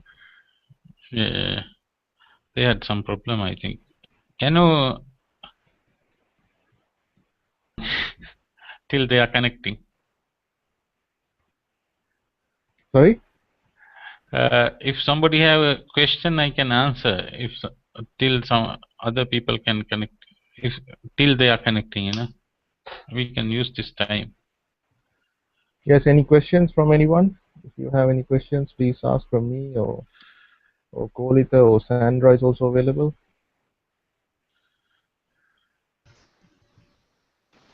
Kolita, I have a question. Yeah. You said you came with your family to Stuttgart. Yeah. Can you share the amount of money that you got from DAD, or if you don't want to, it's not a problem. But just for us to have an idea, if it's makeable to have a living with the family. Yeah, because at the beginning we came with around 700 to 800 Deutschmark. It's a family, means only me and wife, and that was because this 750 Deutschmark include scholarship plus spouse. And then in addition to that, normally DAD is paying some amount of money for the house rent if the house rent is expensive. Okay. Oh, very So good. you said And 750, is it including your tuition fees or? at that time there was no tuition fees, Okay. Till So this is 2008 it's totally free, only 55 euro per 6 months. okay. So this is apart from your tuition fees, yeah? Yeah. Okay. And after that it's converted to the euro, and after first master my wife got this individual PhD. This is like they put her in a job in the university and they pay the salary. The amount is something around 1,300 euro per month. In addition to that, I got the assistantship from the University of Karlsruhe. I also got some 600 euro per month. And this money is more than enough for us. I think And more we than had enough. a Yeah. baby, and this Okay, nice, around. very good. Yeah, sorry, I also got disconnected, but you know that this is a problem with Google Hangout. Of course, it's not problem with Google Hangout; it's a problem with us. But now, important thing is you should be able to recover. So you have to prepare yourself in case of something happen. Because the important thing is this is online; it's live. So I got connected back. So I will continue with what about Kubudu's uh, kind of offer she got. Now, I think college already explained about Daad offers. Now, same with Kukudu also got this kind of generous scholarship. Now, the important thing is that she didn't get even visa fees. That was also due, and travel insurance, health, everything. I think there is a question for Kolita from Neelfa, who is that from the girl from Pakistan. Okay. What was the question? Should I check? She's typed it there. I think. Okay. Because he has. Yeah, right. Yeah. Yes. Kolita, you want to go ahead? You have answered. She asked about without foreign qualification, can he get the DAD? It's a good question, because when they consider the DAD, if you don't have foreign qualification, you will get more marks. If you have foreign qualification, they will think twice why we are giving another chance for one person, So is it for European qualification or any foreign qualification? Any foreign qualification, even if you apply for master, if you you already done a master, getting a master scholarship is difficult, because they know this is a chance for another student doing first master. Any qualification, especially when you are having foreign qualification, getting DAD is less than with the whole local qualifications. Okay. So this is a picture from one of Ubudu's class in the full summer program. You see, it's a lot of people from different countries and different different backgrounds. even different heights. So you see, it is a multicultural environment, as I told in my Are you sharing it now? We can't see it actually. You can't see. No, I don't know if Sandra can see, but I can see. I see. Oh yeah, she can see. I think it's a I rest can, in the UK. I can see. Okay. Yeah. So next, also now she was actually now it is her first time to out of South Asia. She studied in Sri Lanka and in India, but it was her first time traveling to long distance and out to Europe. So it was it was her first experience for a lot of things. Now I remember I was actually helping her after landing in Munich airport how to go to the city. She was traveling alone, and she had a German phone which I provided. So I had to do some advices how to go from Munich airport to the main station and take a train to go to Ulm. So she really did well. Now that is one thing we really like. People who don't really have international experience to do the first experience. Now Ubudhi is not only person who did that. There are some people who have never been out of Sri Lanka, never been to airport. So they also manage some with some guidance, but their own initiative. So that is like people like, for example, now was asking, Nilufer was asking about the international experience. This is not necessary, but when you get your first, of course, I got my first experience in Pakistan. It was not very interesting, but if you get experience in Europe as your first experience, it will be really evaluating thing to your resume and your career. I think Pubudu had that also, because now she was doing a job before going to Germany. Maybe it's not really very high profile job, but after coming back from Germany, and she applied and she got into a very good position in American non-government organization. I think paying more than 10 times of the original salary. So these are some of the case studies or personal experience because they with the European qualification you can get. These are some of the places in Germany where she has traveled to.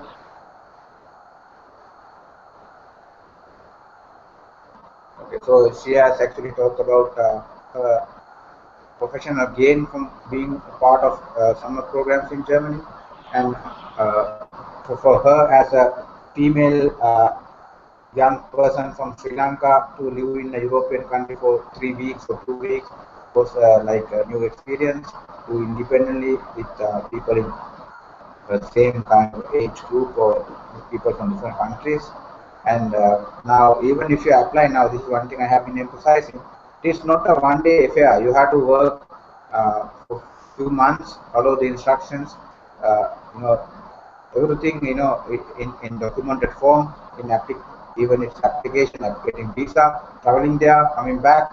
Germany is a very kind of documented country, so you have to follow, unlike in Sri Lanka, Pakistan, or countries like in South Asia where you have chaotic situation when you are traveling. You have to get a lot of advice from outside people, not sometimes relevant. But in Germany, if you read the map, if you look at the timetable, train, public transportation, if you ask from people who are in the information counter, you can manage. So following instruction is an important aspect in German way of doing things. Now, as I also said, punctuality and meeting deadlines, whether it is an informal meeting among a group of friends, or whether it is taking a train, whether it is official deadline, those are serious things. German society is very much, sensitive about punctuality. I think these things our people learn only when you are exposed to that kind of situation. So Pugudi is an example of learning those kind of things, being a part of short course in the world. I want to share the slides she has prepared. Now, if she comes back, we can ask ideas and questions. Yeah, Chaminda, thank you very much. Actually, now I managed to come back. Yes. And So you can maybe I will. Okay, so you can if you want to add something, please go ahead. yeah, I listened to you, and it's you did the presentation very well, and I think I said as I started the presentation in the beginning that this was a really experience for me, and as an to develop my academic career, and plus as a professional. So it's not just the certificate or the participation of the program. There is a big it's a like there are a lot of things that comes with the package. It's rather than having a certificate and getting some academic knowledge by participating, it's about living in how are you going to live in independently in a country that speaks different language and meeting different people and cultural different cultural backgrounds. So that was a whole new experience for me, and actually that is a very good lesson, not lesson, very good opportunity for my life. So I'm really happy, and I'm very much thankful to Chaminda for the invitation of joining this session. And please feel free to ask any questions if you have. I'm glad to help you out and answer your questions. Thank you. Okay, any questions? Why can't I make the full screen? Right, as usual, we have very serious listeners, not real active questioners, so we can continue. Now, I think Chintaka said he wants to go early, something like that. Chintaka, how long you have? Maybe another 10 minutes. Okay, so you can, if you want to say something also, if somebody want to ask anything from Chintaka now, you can go ahead. Yeah, if anybody has any questions, just go ahead. Or just type it. I'll be here for another 10 minutes. Hopefully.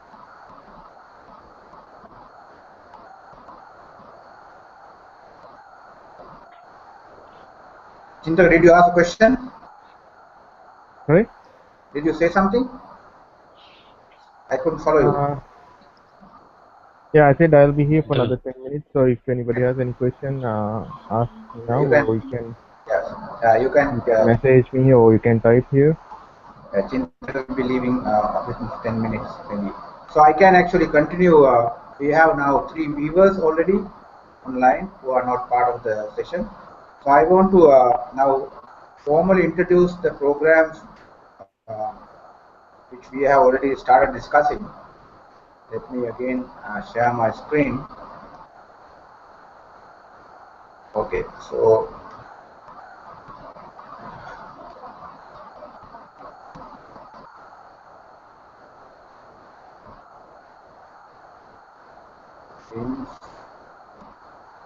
right. So where are we now? Can you see my screen? Where are pictures of these beautiful people?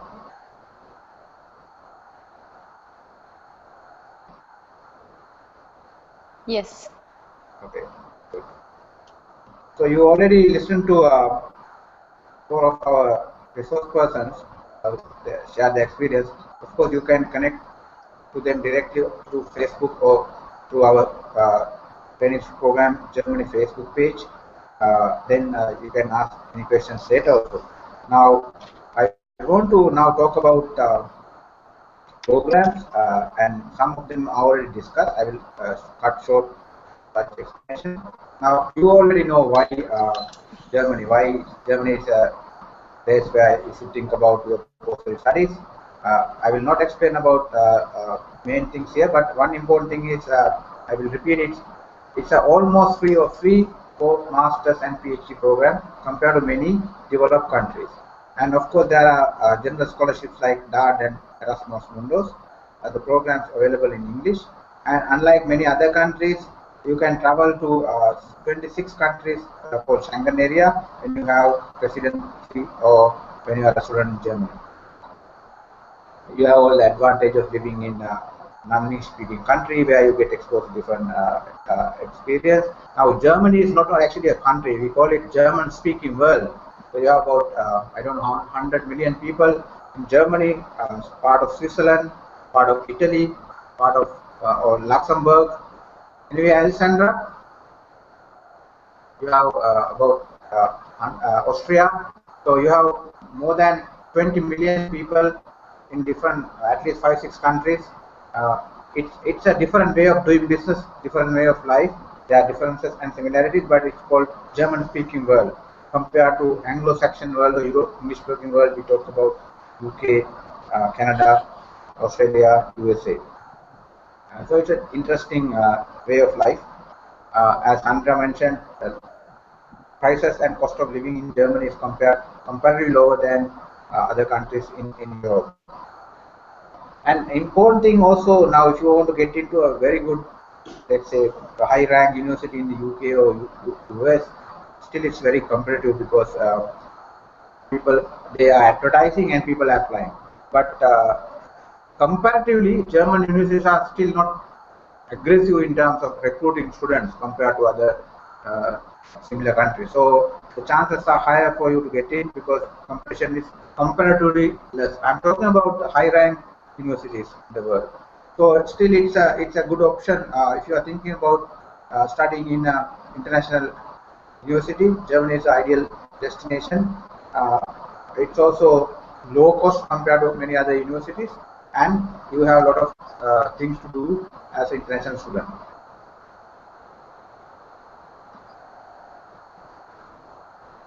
But it's not very popular among many countries, particularly in South Asia, due to different reasons. I will not explain those reasons. You can read some of them. The primary thing, I think, German universities are not very aggressive in advertising their universities. There are different reasons, but mainly because they still it is government taxpayers' money spent on university, so it's not really considered as business. And also, you can see now in places like China, India, Vietnam, German universities are actively recruiting people. But I would say, compared to American universities, the advertising or recruitment budgets are still low. And some people also have pursued pursued barriers. Studying in Germany, you have to learn German as a must, but that is not the case. One other important aspect is now in many countries, including UK or Australia, if you have like the basic qualification, you can manage a way of getting into some university by paying money. But in Germany, because still it's conservative when it comes to admission, so if you don't have a very high academic credentials, you will not be able to get in. No, so it very if I say very in a broader sense, now getting admission to Germany university system is a difficult thing.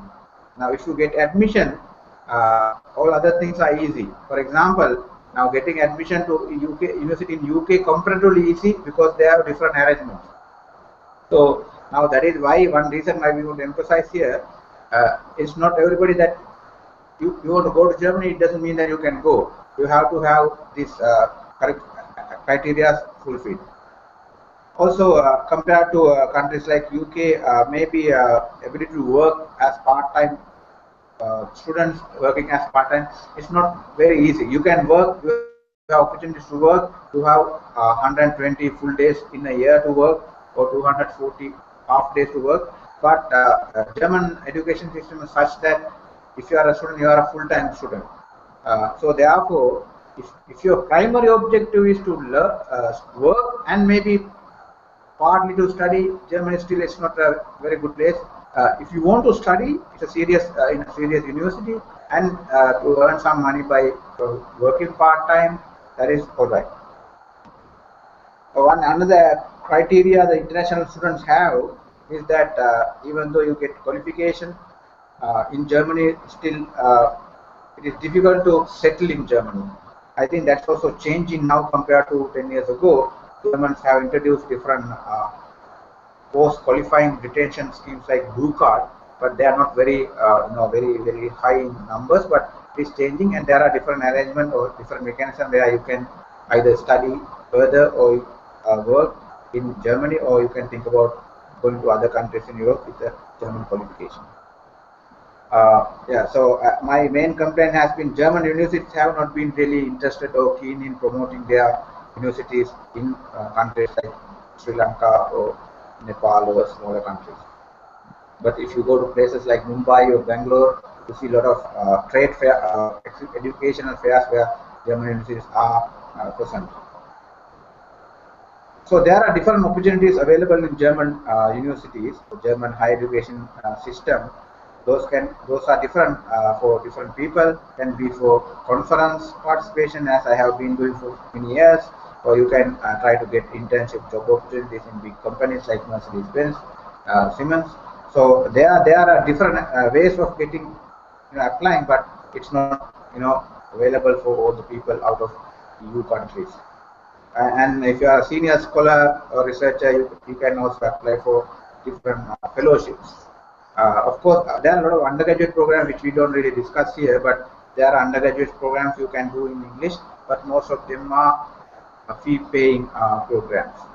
And then summer program which we very briefly mentioned, and few of people are already participants.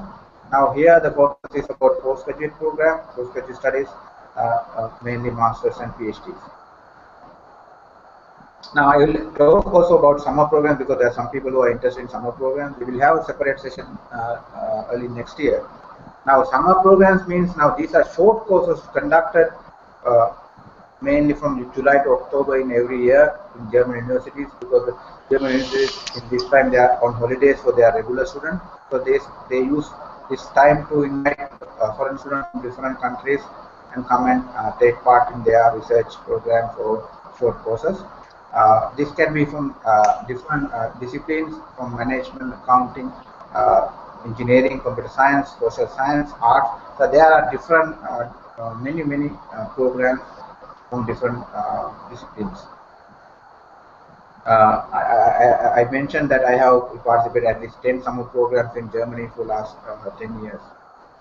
So the idea is that since German universities are really into into research, scientific research, new research, and they are trying to develop a network of Germany, train in Germany community or German alumni from all over the world. So they kind of even subsidize this kind of summer program. For example, Daad is the main donor in conducting many summer schools in German universities.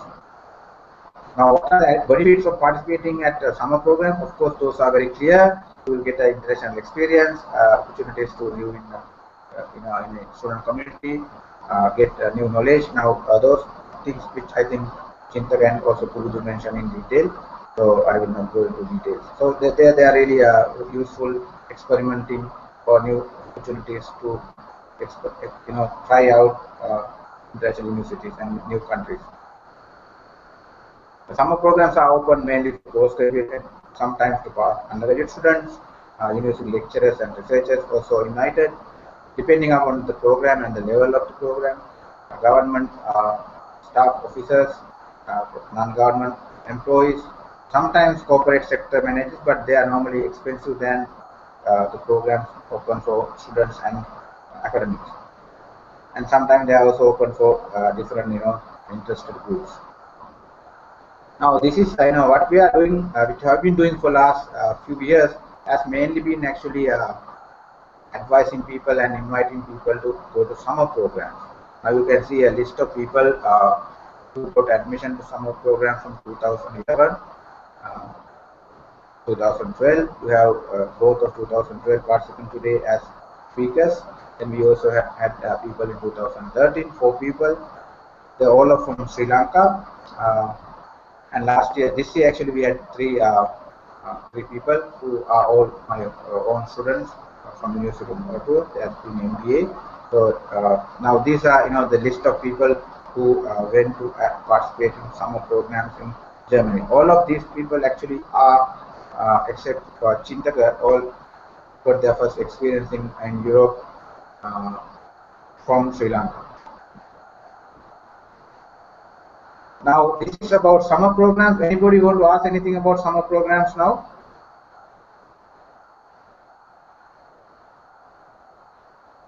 No questions. Okay. So I will go to our main talk discussion, that is about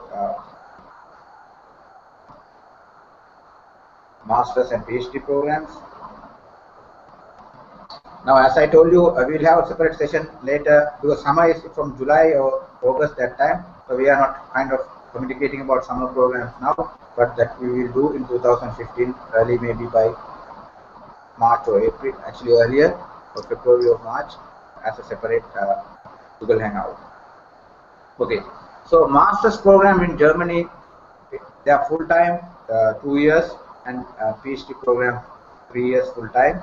Now, I think Kolita and Sandra mentioned about differences between structured program and individual programs. You have 2 intakes, summer intakes in April. Now we are targeting people to get admission to that intake. Normally the deadline is December or January. And then you have winter intake that will happen in September. So you have to apply by April.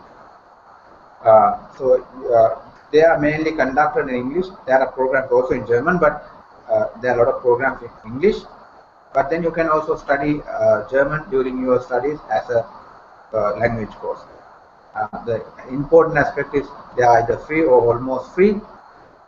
And also there are programs you have not only in Germany. You can do 1 semester in some other European country or even out of Europe. So German education system or European education encourage multi-country experience. As I told you, you have opportunity to work when you are studying. You have entitlement as an international student to work full 120 days. That means 4 months in a year. That means 2 years you can work for 8 months if you work continuously, but you can't do it in practice. You can work maybe during summer 2 months and when you're in your holidays. Some people also, if you are getting a job in the university as an assistant or something, you can also work when you are studying. So your entitlement is 120 full days per year or 280 half days. Now when we were studying, it was actually lower. We had 90 days. Now they have extended it by 1 month. And as Kolita mentioned, you have opportunity to accompany your children and your families. That is a little bit complicated than other countries because the dependents can't work. But again, German living condition is high, cost is cheaper, so it is also a good option if you are a family person. And now one additional advantage of studying in Germany that you have now opportunity to look for job after your graduation. So you get I think job seeking visa for 18 months where you can stay another 18 months and full-time work to find out a job. And if you get a decent job, there are some conditions to be met, then you are eligible to work after that period. Anybody want to add something on this, Sandra or Kolita?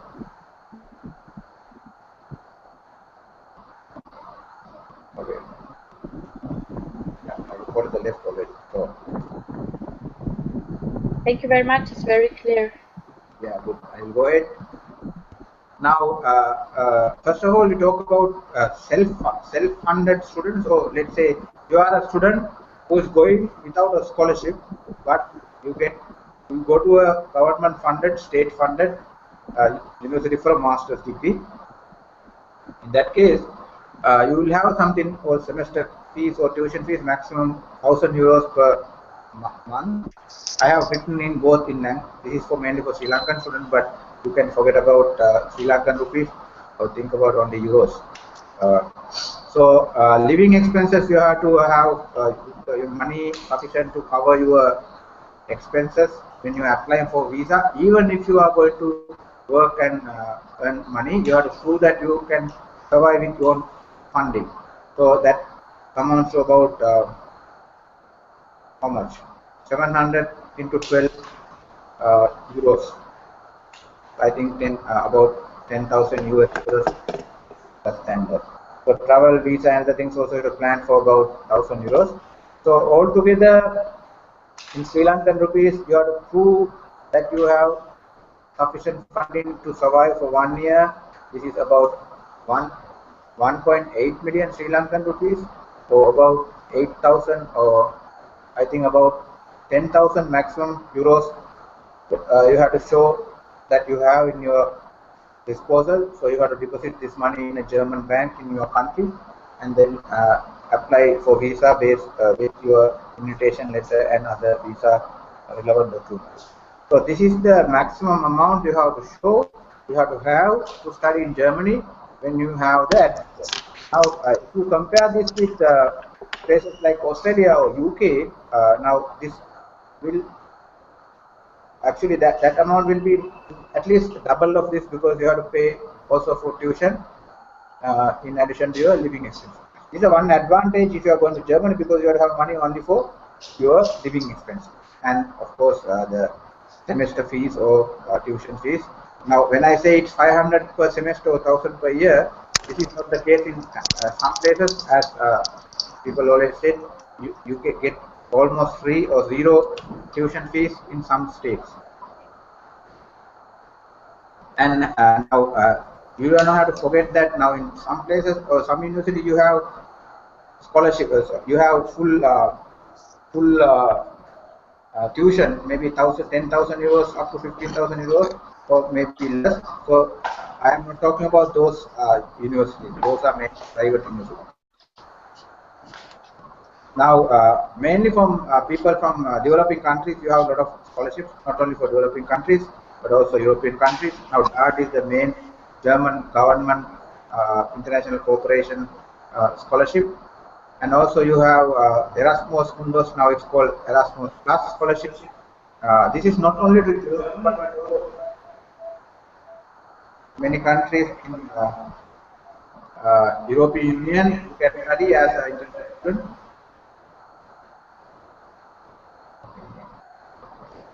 Yeah. But then you can also apply to German universities who are part of Erasmus Mundus programs to get admission and then be beneficiary of Erasmus Mundus scholarships. And there are other scholarships, particularly from Stiftungs or foundation, German foundations like Konrad Adenauer Stiftung and Max Planck Society. They have different priorities. Sometimes can be for different subject areas like medicine and engineering and research, but also for some country priorities. For example, India has a separate window for Konrad Adenauer. Also, there's a SARC operation, but it's not as big as Indian operation. There are other foundation also, and then once you go there, the universities also provide you scholarships and assistance based on your performance, based on the need. Now, I also, when I was doing my MBA in Germany, I got university-based scholarship. So sometimes you can't plan to go fully as a funded student.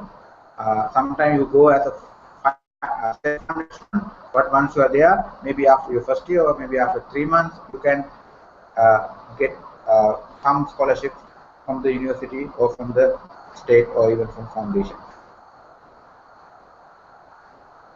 Now, if you look at the programs, there are different categories of programs. If you look at the list, now in Germany, now for example, business studies is not a separate category. All the business, MBA, those subjects also are, those programs are also coming under economic, social science and law. Then you have cultural and language studies, natural and computer sciences, engineering, medicine, agriculture, veterinary medicine, art and music, sports. So if you consider them all together for this coming summer intake, we have 330 master's programs and 220 PhD programs conducted in English. And so compared to summer, the winter intake, which is happening in September, is bigger. So you have 690 master's programs and 290 PhD programs. So you can see the diversity of program you have and the coverage in terms of category of your education. Now, what are the criteria, eligibility criteria for admissions and also for scholarships? Now, as I already mentioned, you have to have a very good academic background, particularly your postgraduate degree should be, most of the time should be better than 50% or and in a German grading system is different, but in general it should be like if you should have 50% overall marks for all of your subjects, or aggregate should be let's say from in a 4 GPA scale you should have more than 2, but in Germany it's a 5 scale. 1 means the best, 2 means next best. So you have to have most of the time 2.5. In English system it's more maybe 2 out of 4. So then better, higher is better. If you have first class or high GPA, it is very good. And if you want to do a master's, you have to have sorry, if you have to do PhD, you have to have a master's degree. Then you should also have a good resume, not only mentioning your academic qualification, but overall your background, your profile, your experience, maybe your international exposure. Those things are important. Your multidisciplinary education knowledge. For example, in Sri Lanka, people have first degree and professional qualification is also important. But if you only have professional qualification, it won't be sufficient to get admission to a master. You have to have a first degree, but those additional qualifications and exposures, they are also important in getting admission. Now, important thing which people sometimes neglect is about motivation letters and essays. A lot of German universities ask you why we should take you to our program, what can you contribute, and what are your plans after your graduation. So writing a good motivation letter and writing good essays is very important in admission, because I think Kolita was mentioning that now German universities get thousands of applications every year. Now one way of differentiating between students is actually their motivation. If you have a good story to tell about yourself, that will be very important. Of course, you have to fill application forms, standard applications like any other universities. Now, many universities now have started charging a fee, application fee, if you are applying to one of the agency called Union Assist. But it used to be free, but sometimes you will also have to pay about 50 euros or 40 euros as an application fee in some places. Those applications can be printed, posted application, or can be online application along with your scan documentation. You have to have good recommendation letters. Again, like motivation letters, good recommendations also will help you to get admission, whether it is to the program or scholarship. Now, you have to have mostly one academic referee, maybe your professor or former professor, somebody who knows you well, your academic performance, and then if you are working, your immediate supervisor, your boss from your company. It is better to get a recommendation letter from somebody who has international standing, but it's always good to also get people from who has ideas about your professional and academic background. One important thing I would emphasize: if you have done your degree in your language, your own language, in Sri Lanka, for example, in Sinhalese or Tamil, in Pakistan, if it is in Urdu or something, you have to definitely do IELTS or TOEFL. You have to get about 6 out of for IELTS or more sometimes. Now, even if you have done your degree in English, most universities ask you to, if it is not from English-speaking country like UK or US or Australia, if it is from Pakistan, Sri Lanka, India, Bangladesh, you have to still do IELTS and get that score. So that is the important thing. Now, I know you need about 2 months or even sometimes 3 months, depending on where you're from. You have to prepare and get IELTS score. So please pay that attention also to that when you are planning. Now, if you, for example, applying this summer intake, you have to finish and send your application by December. That means you have to immediately start now, and you have to get this IELTS score ready by that time. If you apply to PhD, then you need a separate PhD proposal. Is primary proposal on about what you are going to do the research, and also it will give you idea about your writing skills to your proposal. But of course, those research can be different when you are really doing it. So these are the main aspects if you apply to a master's program or to PhD program, these are the areas you have to focus and prepare yourself.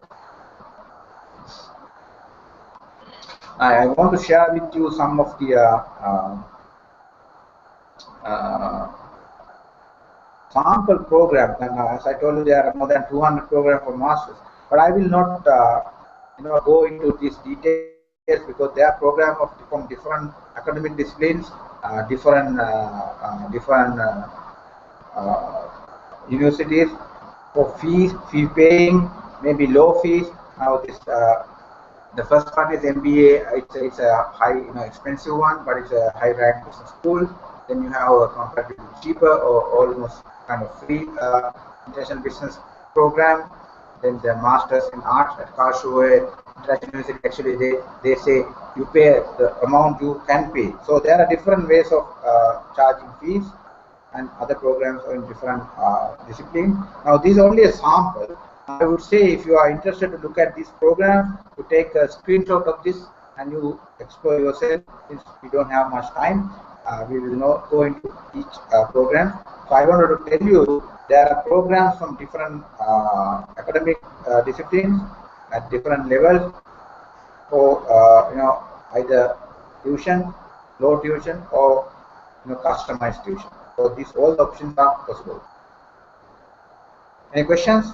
So I will not go to the website. I could have shared the website, but we don't have time, and also we don't have really relevant people to share this. So I would recommend, if you want to take a screenshot using the option you have here in the vertical line, in vertical options in your screen third. So after Q&A, you have a camera function. You can say capture, and then the screen will be captured and saved as a document in your computer. Okay, Sandra already used the application. Okay, great.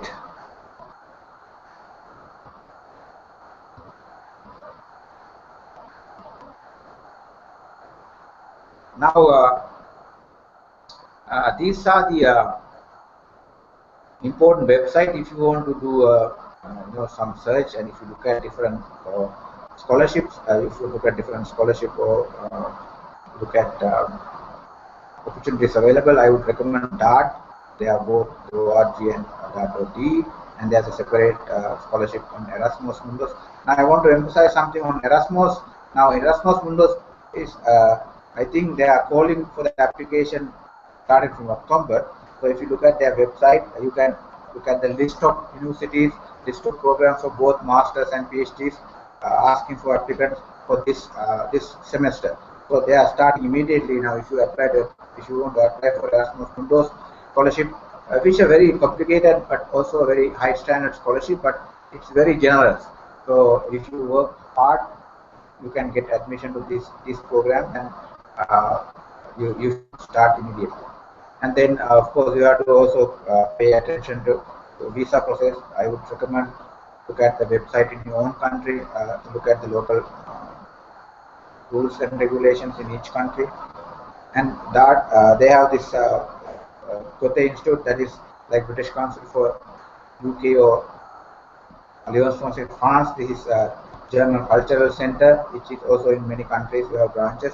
I would recommend you go and visit. You can study also German language if you are planning to go, but also to get idea about general living in Germany. It's worth to get familiarized with Goethe Institute. So Goethe, they say Goethe Institute. Sorry for my pronunciation. So that is important. I would recommend you to look at that site also. And then this allocated or specialized website in studying Germany is also interesting, and there are a lot of resources about studying in Germany. I would also recommend you to have a look at that website also. Then there are a lot of social media sites. Now in Sri Lanka we have German embassy social media called German in Sri Lanka. That's a very good following. And there's another site called German Info. And of course, I also recommend you to be a fan of our website, that is Germany 11, Facebook. So through that you get a lot of updates about different programs, about scholarships, and also experience by different different alumni. So this is basically the about situation in general. Now, as I mentioned at the beginning, now we provide some consultants. Some people, I'm not. Of course, you can apply directly, but if you think you need assistance in making your profile more compatible with to apply to German universities based on our expertise and experience, we can help you. So that means, of course, you do the application and you do the direct communication, but we can assist you in preparation in your application, essays and motivation letters, and deciding or helping you to find out the relevant program to you. Then you directly communicate with the university, and we will also continuously support you if you are working with us to apply. So we will support you till you get admission, maybe within next semester, or it can be even after 1 year or even 2 years sometimes, depending upon the success rate. But as I told you, by looking at your CV, we can say how easy for you to get admission. Sometimes with a scholarship, or sometimes maybe as a self-funded student. Of course, getting visa is always the responsibility of applicant, because we don't have any influence or any insight about getting visa. Now I have to emphasize, because a lot of people think we help you to get visa. Actually, nobody can help you to get visa. That is a sole authority of the German embassy in your own country. But now we can help you not to make mistakes, or even to how you apply in a professional manner. And now, based on our expertise and support system we have, we can help you in Germany for your studies and to settle there, and to develop a network of people in that particular city, depending upon where you are going to. And also sometimes to travel to Germany in a more cost-efficient manner, those areas where we can help you.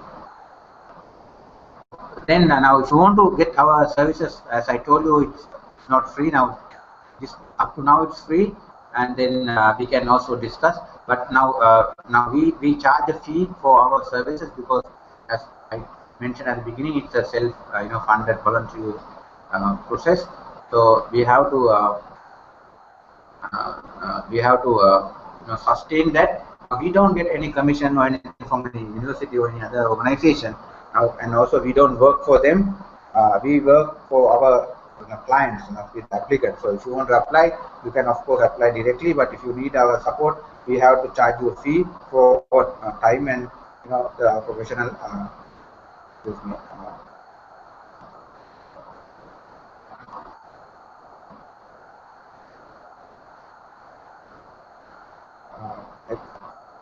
Professional engagement, because it's not one day affair.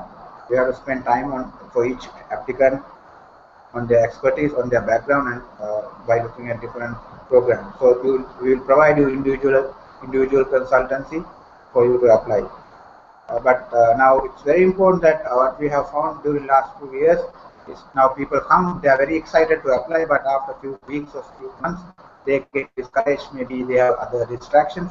So it's most important thing is, it's not about our involvement, but involvement or commitment by the students.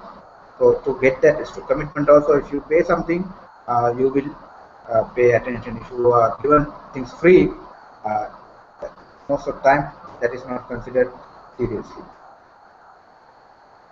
So now, if you want consultancy, why you need that? Because we can help you more effectively prepare your application, and we can help you to decide what programs to decide based on our knowledge about the programs available, and based on our German expertise or higher education expertise, you will be able to target as a better applicant.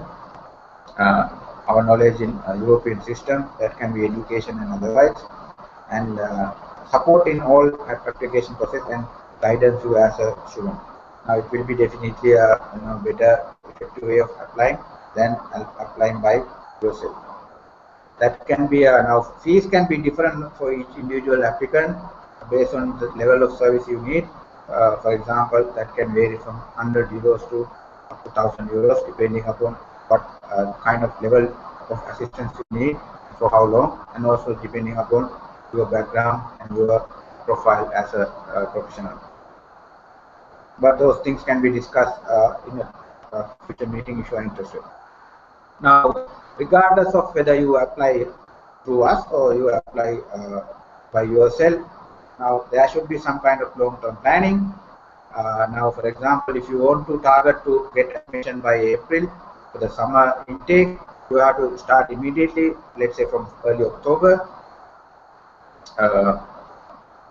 You have to look for course. Even now, if we do it for you, we will also have to do things. So we have to look for courses relevant to you, where you will have high chance of getting admission, and then applying within next 3 months. You have to involve in that process till end of December. That will be ongoing. You have to apply not only one program but maybe 5 programs depending upon your profile. Sometimes can be from 5 to 10. If you have very high credentials, maybe you can target effectively. Otherwise, if you have lower grading, for example, you should try more programs. When you have deadlines in December, you get announcements about your admission, whether you are admitted or not, normally by 1 month. Say, for example, by mid-February, you will know where you have got admission or have you got admission. If you are not got admission, maybe you have to apply again for the next intake. But if you get admission, you have to decide on which program you go. So we will advise you if you are working with us, which will be more suited for you based on different criteria. And then you have to apply for visa. Application of visa, normally the embassy says like 6 weeks, but maximum. But I would say 2 months you have to allocate, because a lot of people are not prepared. Some people I found they don't even have passport, so getting passport, getting all your documentation right. For example, if you have your birth certificate or other certificate in your own language, you have to translate that either to English or to German. So documentation and application, you have your finance in correct order. So 2 months, maybe till late March or till early April. So then you get visa, if everything is in order, and then you can travel to Germany by April. If you plan to do this immediately starting from October, and if you want to go to summer intake. Or else, if you defer, if you don't get admission, or if you want to withdraw, you can do this same process for the intake in the winter, that is in September. Okay, so what you should do next? Of course, you can independently apply in time. Now, after this presentation, you can decide whether you want to do it individually with the sites I told you and other sites, and then you can go in. But if you are interested in applying with our assistance, then you have to confirm that that you are interested to work with us. Then we will have a maybe separate online meeting on Skype or something. Then we will look at all the certificates and your passport to see whether what you have. We have your CV. And we see your CVs.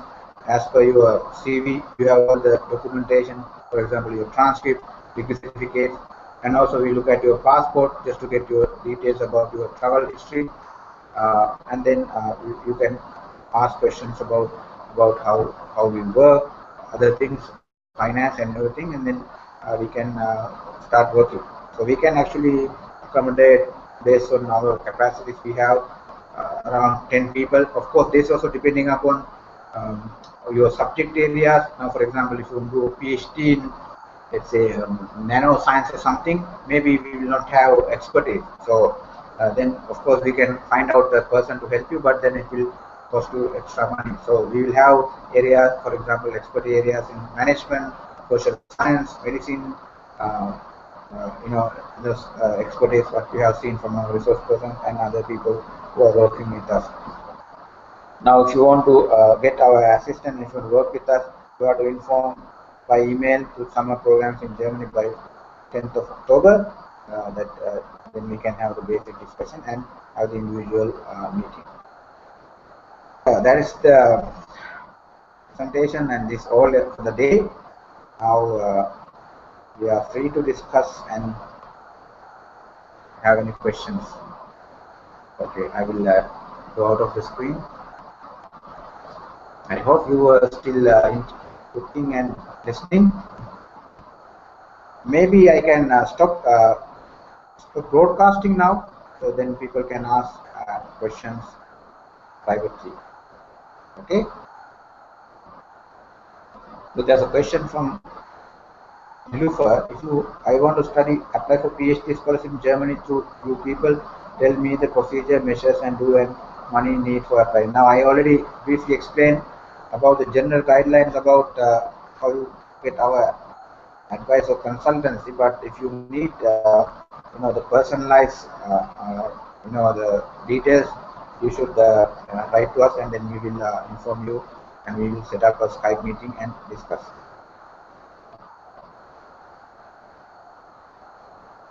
Okay. So can I lawyer from Nigeria coming up with some question concerning PhD in Germany? Okay, yeah, so you can ask. So there is Nduti Bowe, a lawyer from Nigeria that graduated in 2008. So she's asking how she can find a university that is doing a PhD in international or social development, and how she can find a professor willing to accept her. So you want to answer?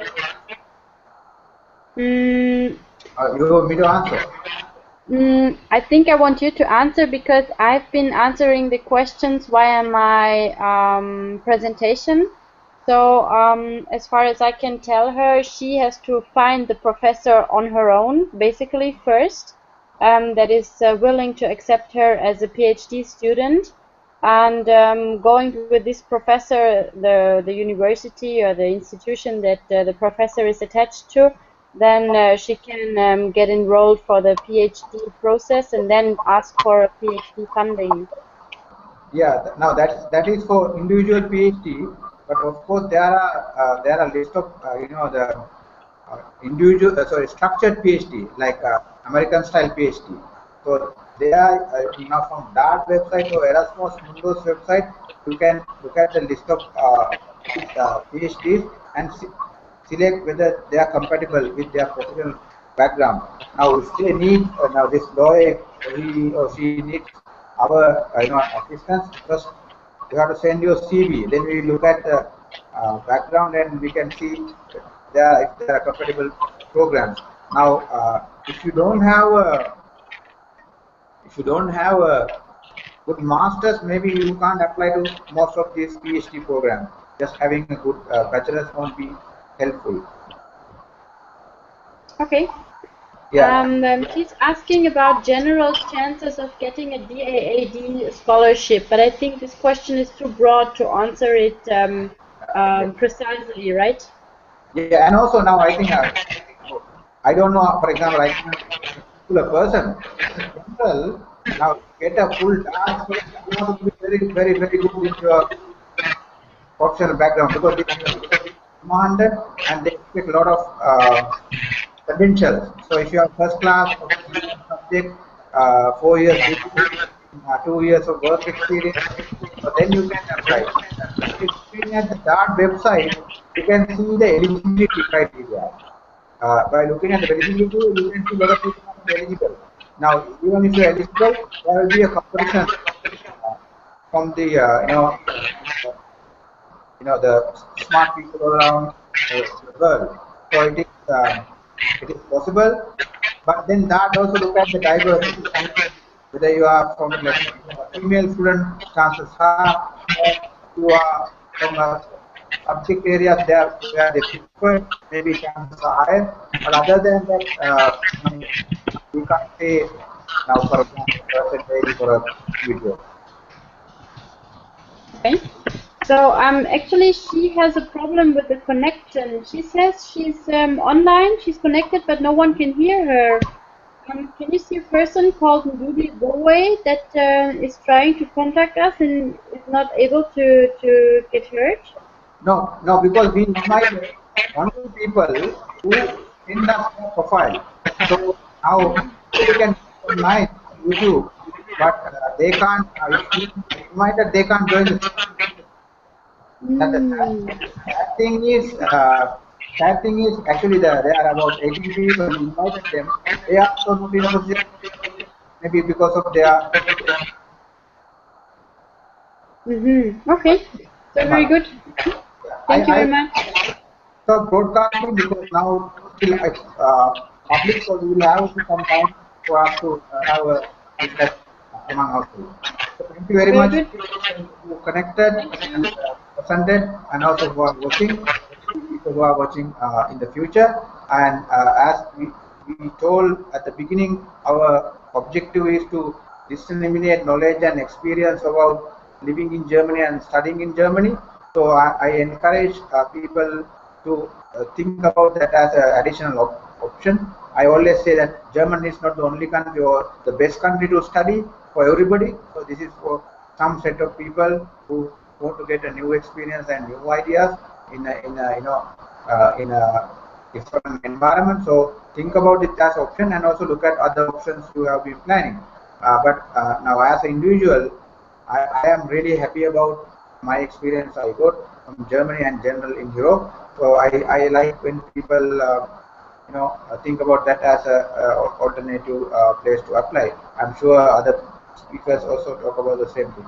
So thank you very much, and all the best, and all the best for your career and your higher education.